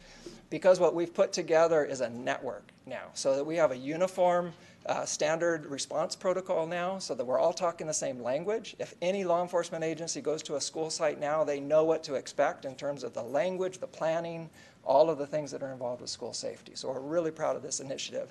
And again, without the support of your sheriff's department and your EMS and your fire, county fire, and so on, it wouldn't work. We need everybody engaged. And next slide. I think it's the last one. Mental health initiative. I know that you have that one picture there. You just had them recently here. So mental health is a huge initiative in our schools this year. So this year it's in full implementation. It's been in planning for the last 3. So we now have in schools, many of you probably haven't been to a TK-12 school in a long time, right? Maybe, I don't know. But you probably didn't experience having clinicians on site, caseworkers on site, mental health professionals on site. Oh yeah, and counselors too. But counselors actually have a new role today, as Vice Chair Cardenas Singh knows all too well. It's a hugely different environment now. When our kids go to school today, we make sure that mental health and everything that goes along with it is a priority. Because if we don't address that, we're wasting a lot of time and energy trying to do everything else with our kids and families. So it's just a completely different environment. We're very proud of it. And honestly, we would not have been able to lift this off the ground and put it in all of our schools throughout the county without Imperial County Behavioral Health. So I really need to give a shout out to them. And I think that's it, right? Is the next slide? Yeah, again, there's the yearbook. I'm going to pass it out now. Happy to answer any questions you might have, but hopefully I didn't go too long. But I love talking about the good work we're doing, and thank you for all your support. Again, people ask me in Sacramento, I'm blessed to serve as the County Superintendent's President this year for the 58. And I get asked all the time, how are you able to do so many of these things and get so many of these services and supports off the ground? And you're working with the county? You're working with behavioral health? How is that? How do you do that? And I just simply say, it's who we are. We know that we need each other in order to serve the people that need to be served, and we've got to do it right. So thank you so much. Thank you, Dr. Fennell. Any questions or comments? Yeah, all right. Supervisor Singh, Cardenas Singh? Yes. Dr. Fennell, I just want to take this opportunity to thank you for the great work that is provided through ICOE in our community. It's amazing when we talk about the passion and the commitment that is given on a daily basis to students and to families. And it all starts with the leadership. So congratulations for having the vision and for ensuring that all students are safe, are provided with a meal, a place where they feel that they belong, and most importantly, of course, also their academics. So thank you for the great work and for the report. And for the hundreds of individuals that work for ICOE that do it with passion and from the bottom of their heart. Thank you. Thank you. Thank you very much for your time. I have just a quick comment. Thank you for coming today. I know we've talked about this for at least a couple of years. You had mentioned that this is something that you've been wanting to do, so it's with great pleasure that you're here today because it excites me. You reminded us that we can't do it alone. Right. And that's what we're known for. Right. Of all the 58 counties in the state of California, is Imperial County knows how to collaborate. Right. Because if we don't do it, we can't get things done. So thank you for reminding us of that. And then I also just want to thank you for filling those gaps out in our community for those most vulnerable populations. It's so much, I think, unless you're in those shoes and you know what it's like to face those challenges and barriers, then we have, organizations and entities such as yours that collaborate to fill those gaps is what's needed. Well, thank you. And that holistic approach of being out at the schools, I know we tried this model years ago, when we weren't collaborating very well together, and I'm talking 25, even 30 years ago, and how we came together and began moving things forward collectively. So to be providing this holistic approach to community schools, I see great value in that.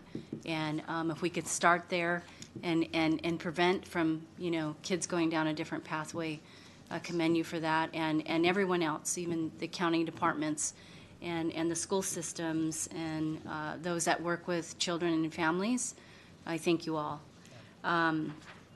And again, I just wanted, in your staff that are here today and the others that are here in support of these initiatives and these presentations, just want to thank everyone. And again, thank you for reminding us. Yeah, absolutely. And great as you work have a we did chance to together. review the report, if there's anything in there that you would like to know more about, please feel free to reach out to me directly. Absolutely. Thank you again, Thank Dr. you. Fennell, and your staff. Well, thank you. Okay, let's see. All right, we move on to item 21. Okay. All right, we have a presentation by Southern Airways Express, a bidder for the Imperial County Essential Air Service Program. Hi. Good afternoon, Board. On December 18th, Department of Transportation notified us that the Essential Air Service Program bidding had concluded, and 6 bidders had provided proposals. Invitations were extended to all 6, 4 accepted, and we have the deadline to submit comments is January 28th. We've asked for an extension due to the holidays between December 18th and January 28th. In the meantime, we have one scheduled for today, and that is Southern Airways Express, and that will be provided by Austin Mayer, who's joining us virtually. Madam Chair, he's still connecting to audio. If you could just give me one minute.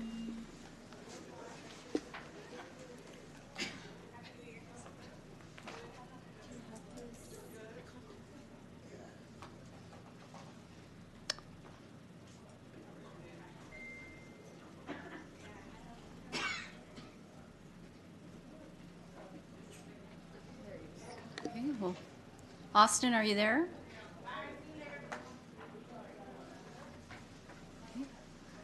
Hi there, can you hear me?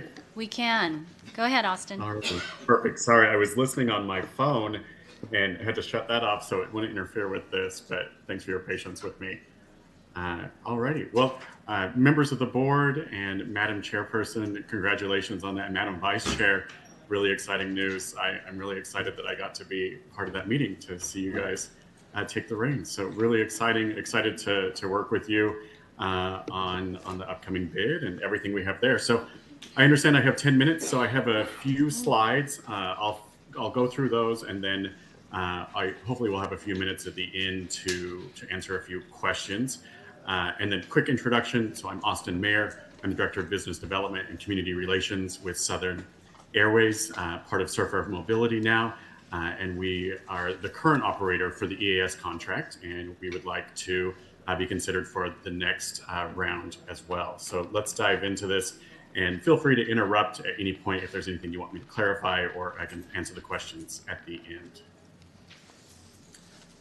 Alrighty, so I guess I have to, there we go, next slide, perfect. So when it comes to Imperial, IPL, and the Valley, and what we can offer from Southern, the first thing, I'm gonna go through a few things of what makes us a great choice for the Valley. So the first thing we'll talk about, flights and connectivity. Our bid has the highest number of daily frequencies to major hubs.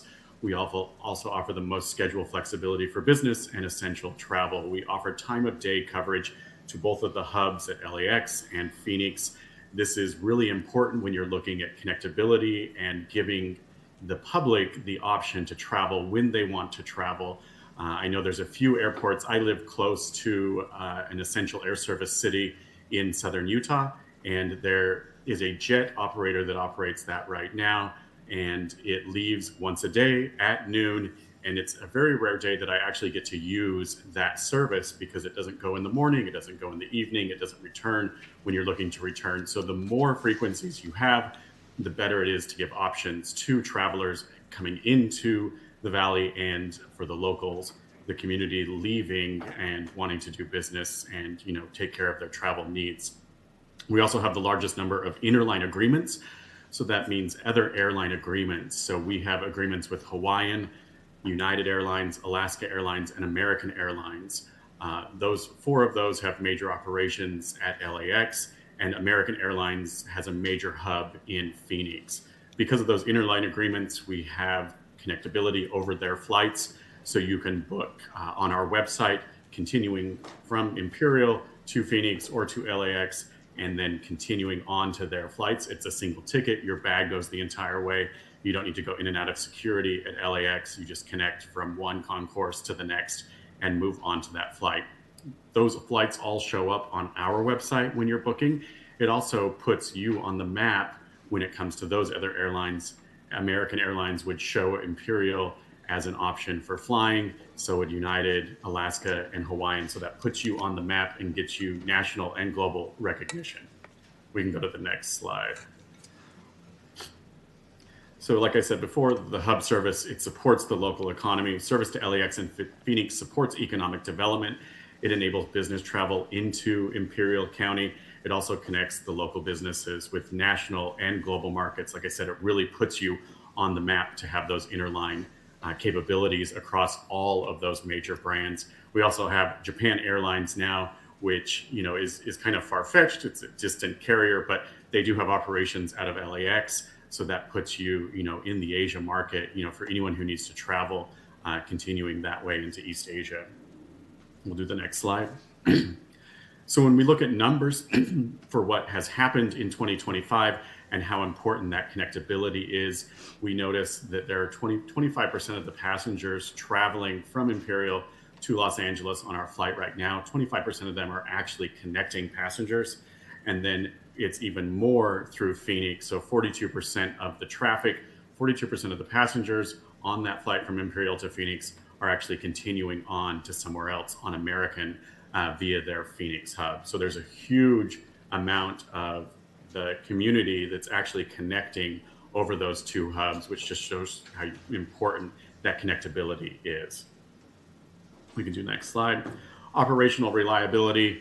this is something where I'll thank you for the patience that you had with us in 2024 and even early in 2025. But all of those operational bugs that we had are now fixed.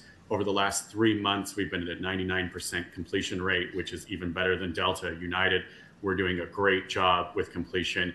We finished out 2025 at a 93% completion there in Imperial, and it was really just January 2025 that really drug us down there. That would have been a much higher average if we wouldn't have included that one. So we have figured out the operation.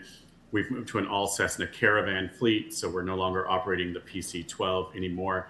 And a big piece of our reliability and the resources that we have is that it comes from our Surf Air Mobility purchasing Southern and Mokulele. We now have the resources of a publicly traded company. We have the resources and the operational depth that comes with that. So we have an outstanding team. We have all the resources that come with that company, and we're ready to move forward, continuing that 99% completion. We're also very guest and community focused. Some things that have come from this: we do guest surveys for everyone flying on us, and we do it market specific. So it's not just the entire operation. It's based on local feedback, and a few of the things that we received locally during the summer. When you're boarding the aircraft is actually not on, so the AC is not running, which makes it very hot some days in Phoenix and in Imperial. So we created a system to actually bring in a mobile AC unit to cool that aircraft while it's on the ground there.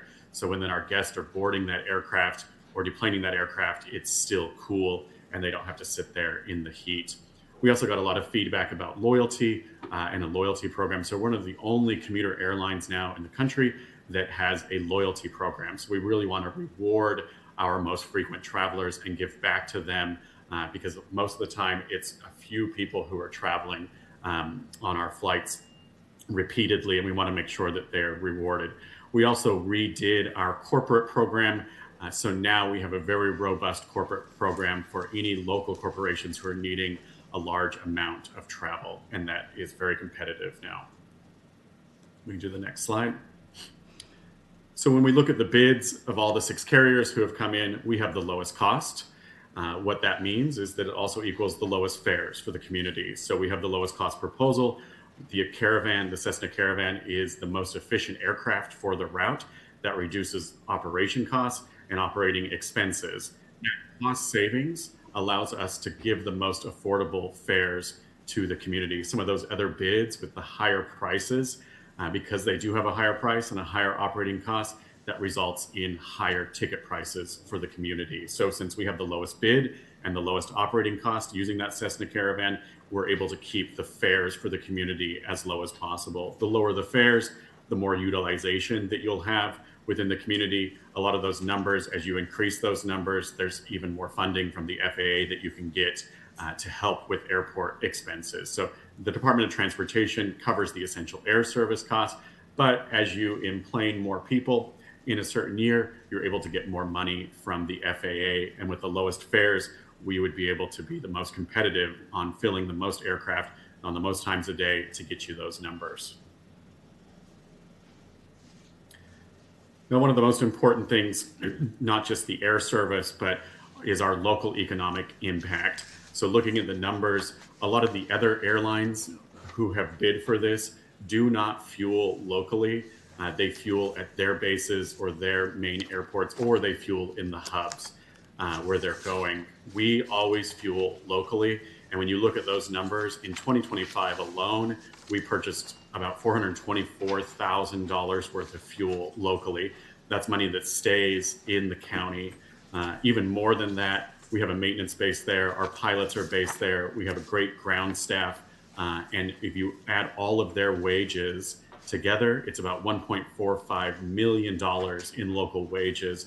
So that was just 2025 that we paid out that much in wages for our mechanics, pilots, and ground staff.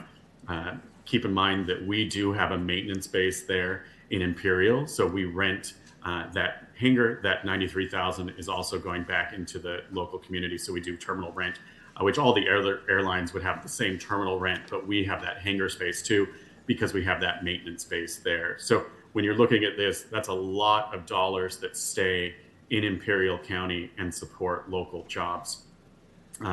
When you're looking at the total, sorry, I'll go back to that one, just one more comment. So part of the spirit of the EAS program is to stimulate economic growth in these communities and keep them connected to the national air infrastructure. And when you're looking at our bid, a majority of our bid price coming from essential air service money from the Department of Transportation, which is federal dollars, are actually being pumped back into the community by our fuel purchasing and our local wages. Okay, now we can continue. So long-term commitment to the community. We're very active with the chamber and other partners within the community.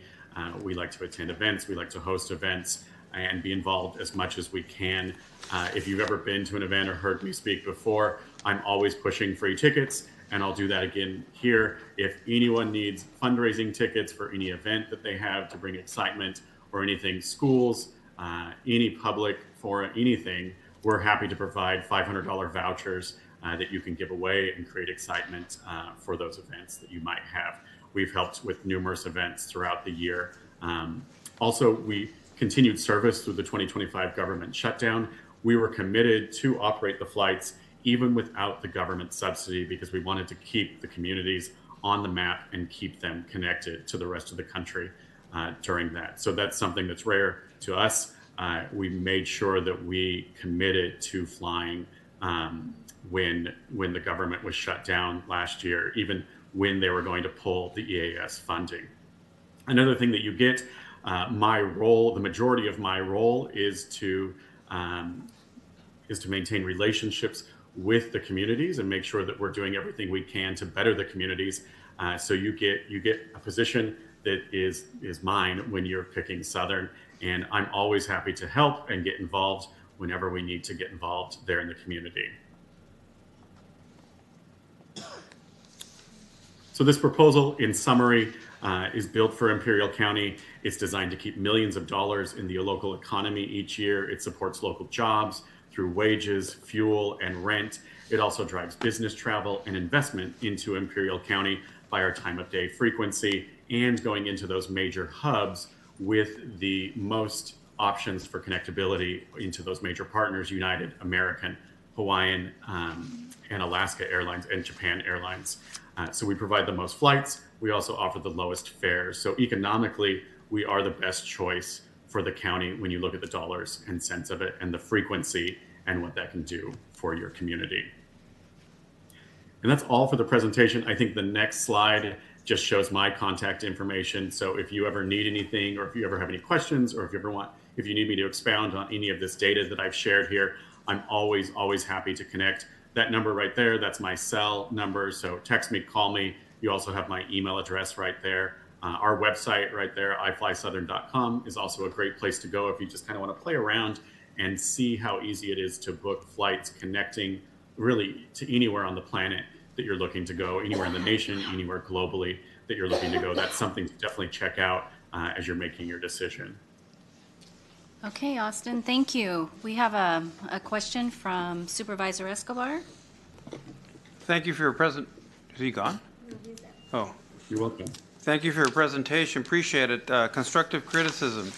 I had a nightmare flight with you guys, and you mentioned flexibility. The flight was canceled to Phoenix, so I had to reroute to LAX. And this is just an FYI. So I tried doing that partner agreement, and I got a middle seat for a red eye. And it was a more expensive ticket. So what I did is I separated them, got a cheaper ticket, got an aisle seat, thank God, for the red eye. I still couldn't sleep. That's not Southern Airways' problem. But at the end of the day, that flexibility was non-existent. This was just this past summer.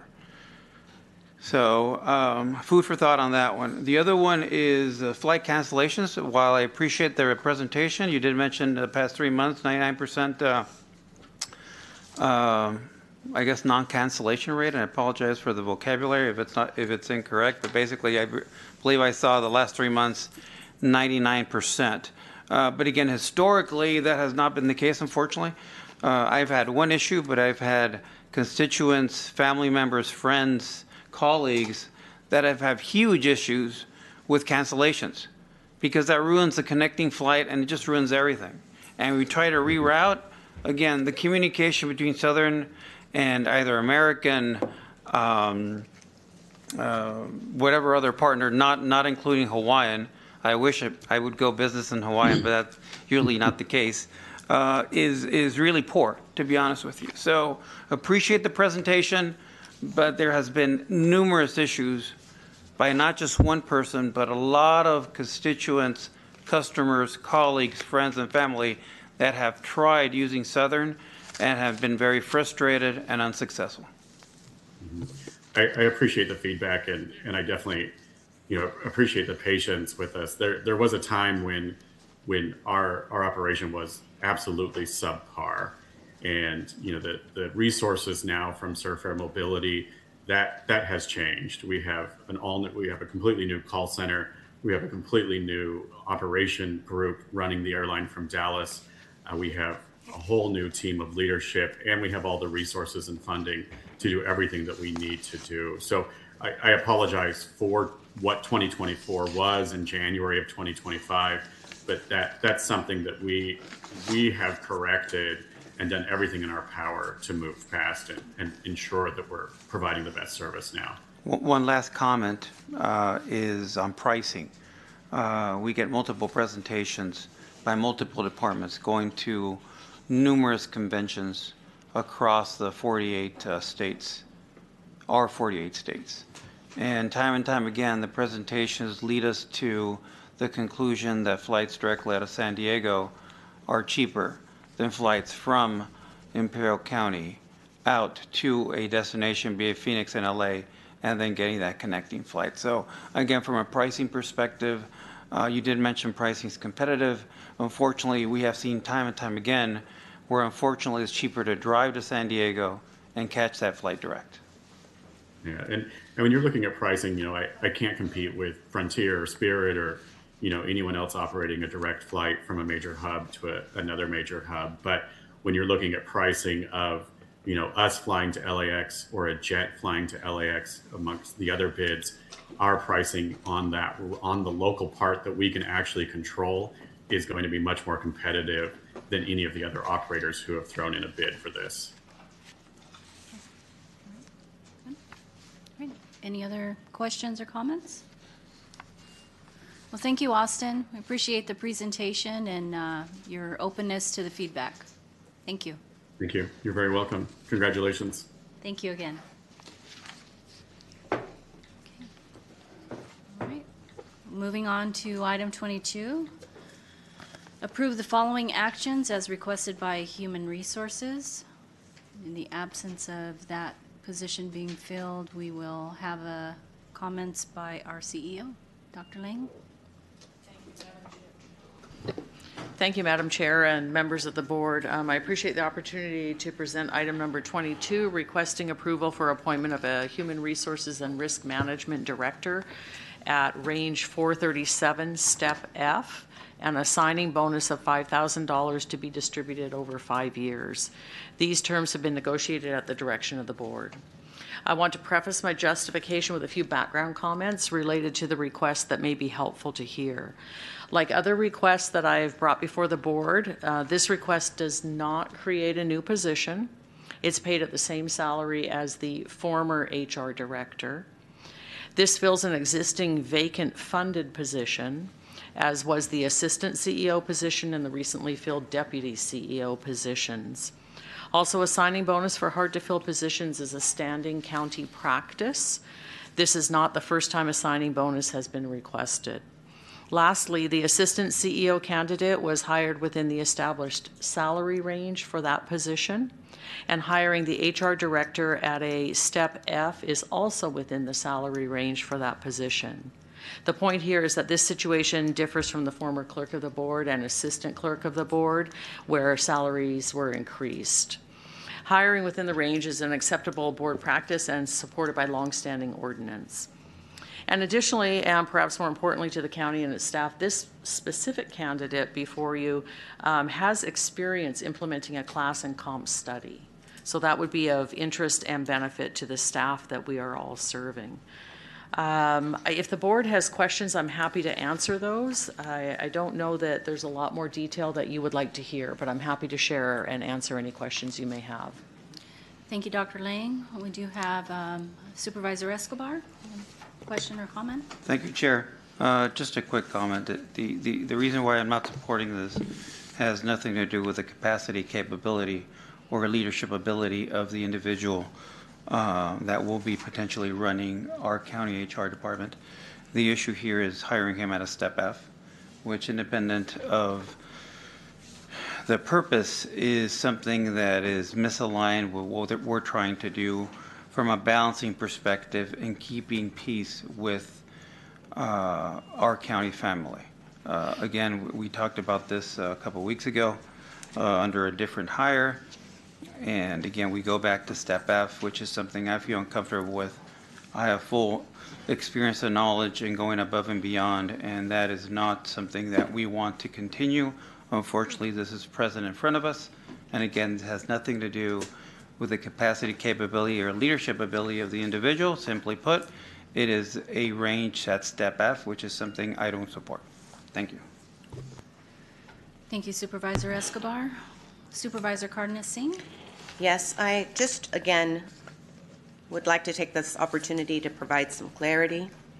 Again, I do support the importance of filling our HR position, and I just wanted to share a quick timeline because we get asked a lot, you know, why does it take so long to fill a position, or why has the position been open for so long?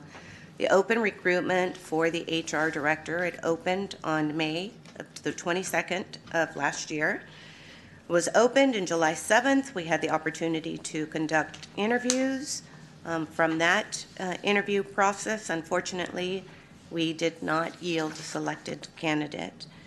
In August, we decided to go with an outside HR hiring firm to help us have a greater reach in a potential HR director.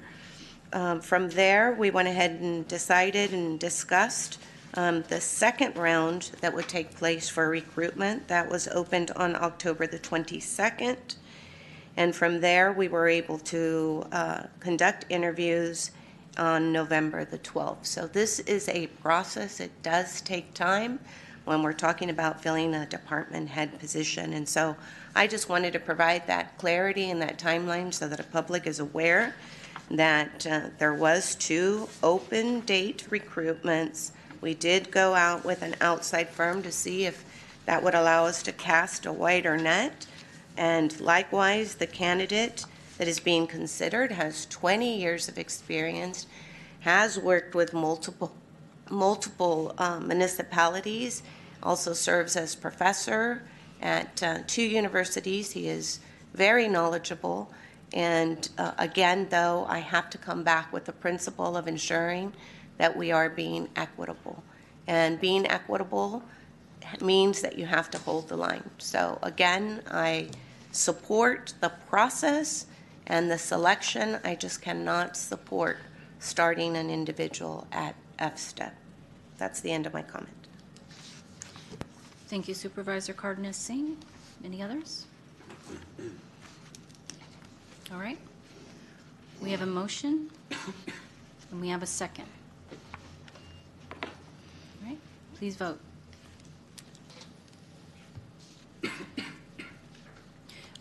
Quick question, I'm sorry. Is this on A and B or just A? It can be on both at the same time if that's what the motion, the maker of the motion. Maker of the motion is John? Yes, I would say do both. Okay, all right. So this vote is on both A and B.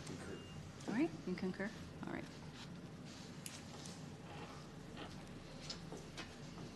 Okay. All right. All right. Motion passes. Okay. Consideration of urgency items. And Madam Chair, Yes. if now I could make a report from closed session. Absolutely, thank you. From closed session on the item related to public employee appointment for the Human Resources Director. On a motion by Supervisor Ryan Kelly, seconded by Supervisor Peggy Price, to appoint Bruce Davis as HR Director effective January 9th.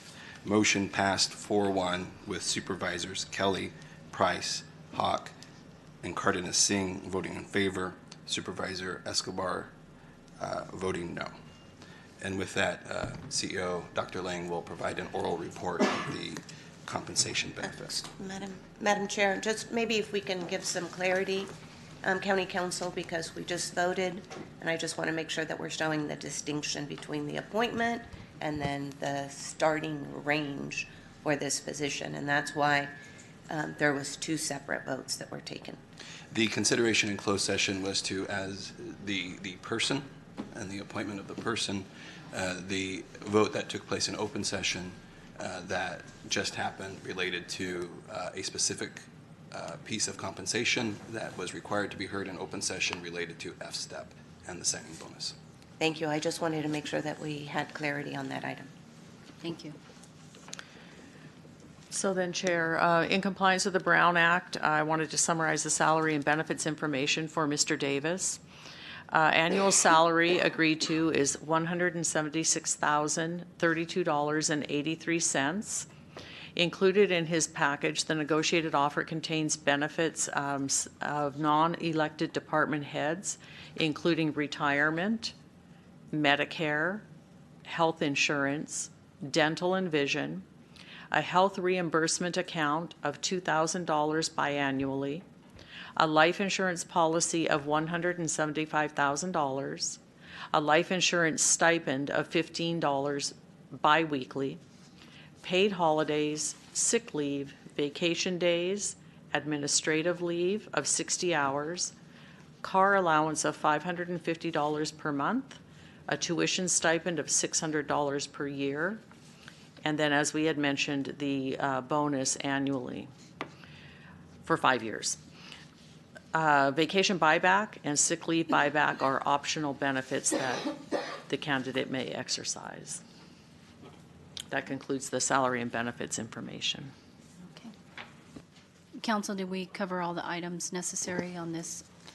We have, and I will complete my closed session report after we finish closed session this afternoon. Right, thank you. All right, moving on to item 23, consideration of urgency items. None, Madam Chair. Thank you. 24, items pulled for discussion. Are there any items pulled from consent calendar for discussion? None, Madam Chair.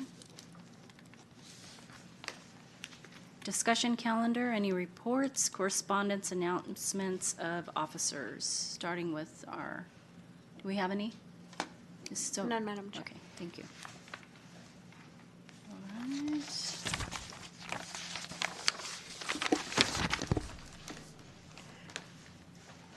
Madam Chair, we would break back to closed session at this time. Yes, we will adjourn back to closed session. Thank you.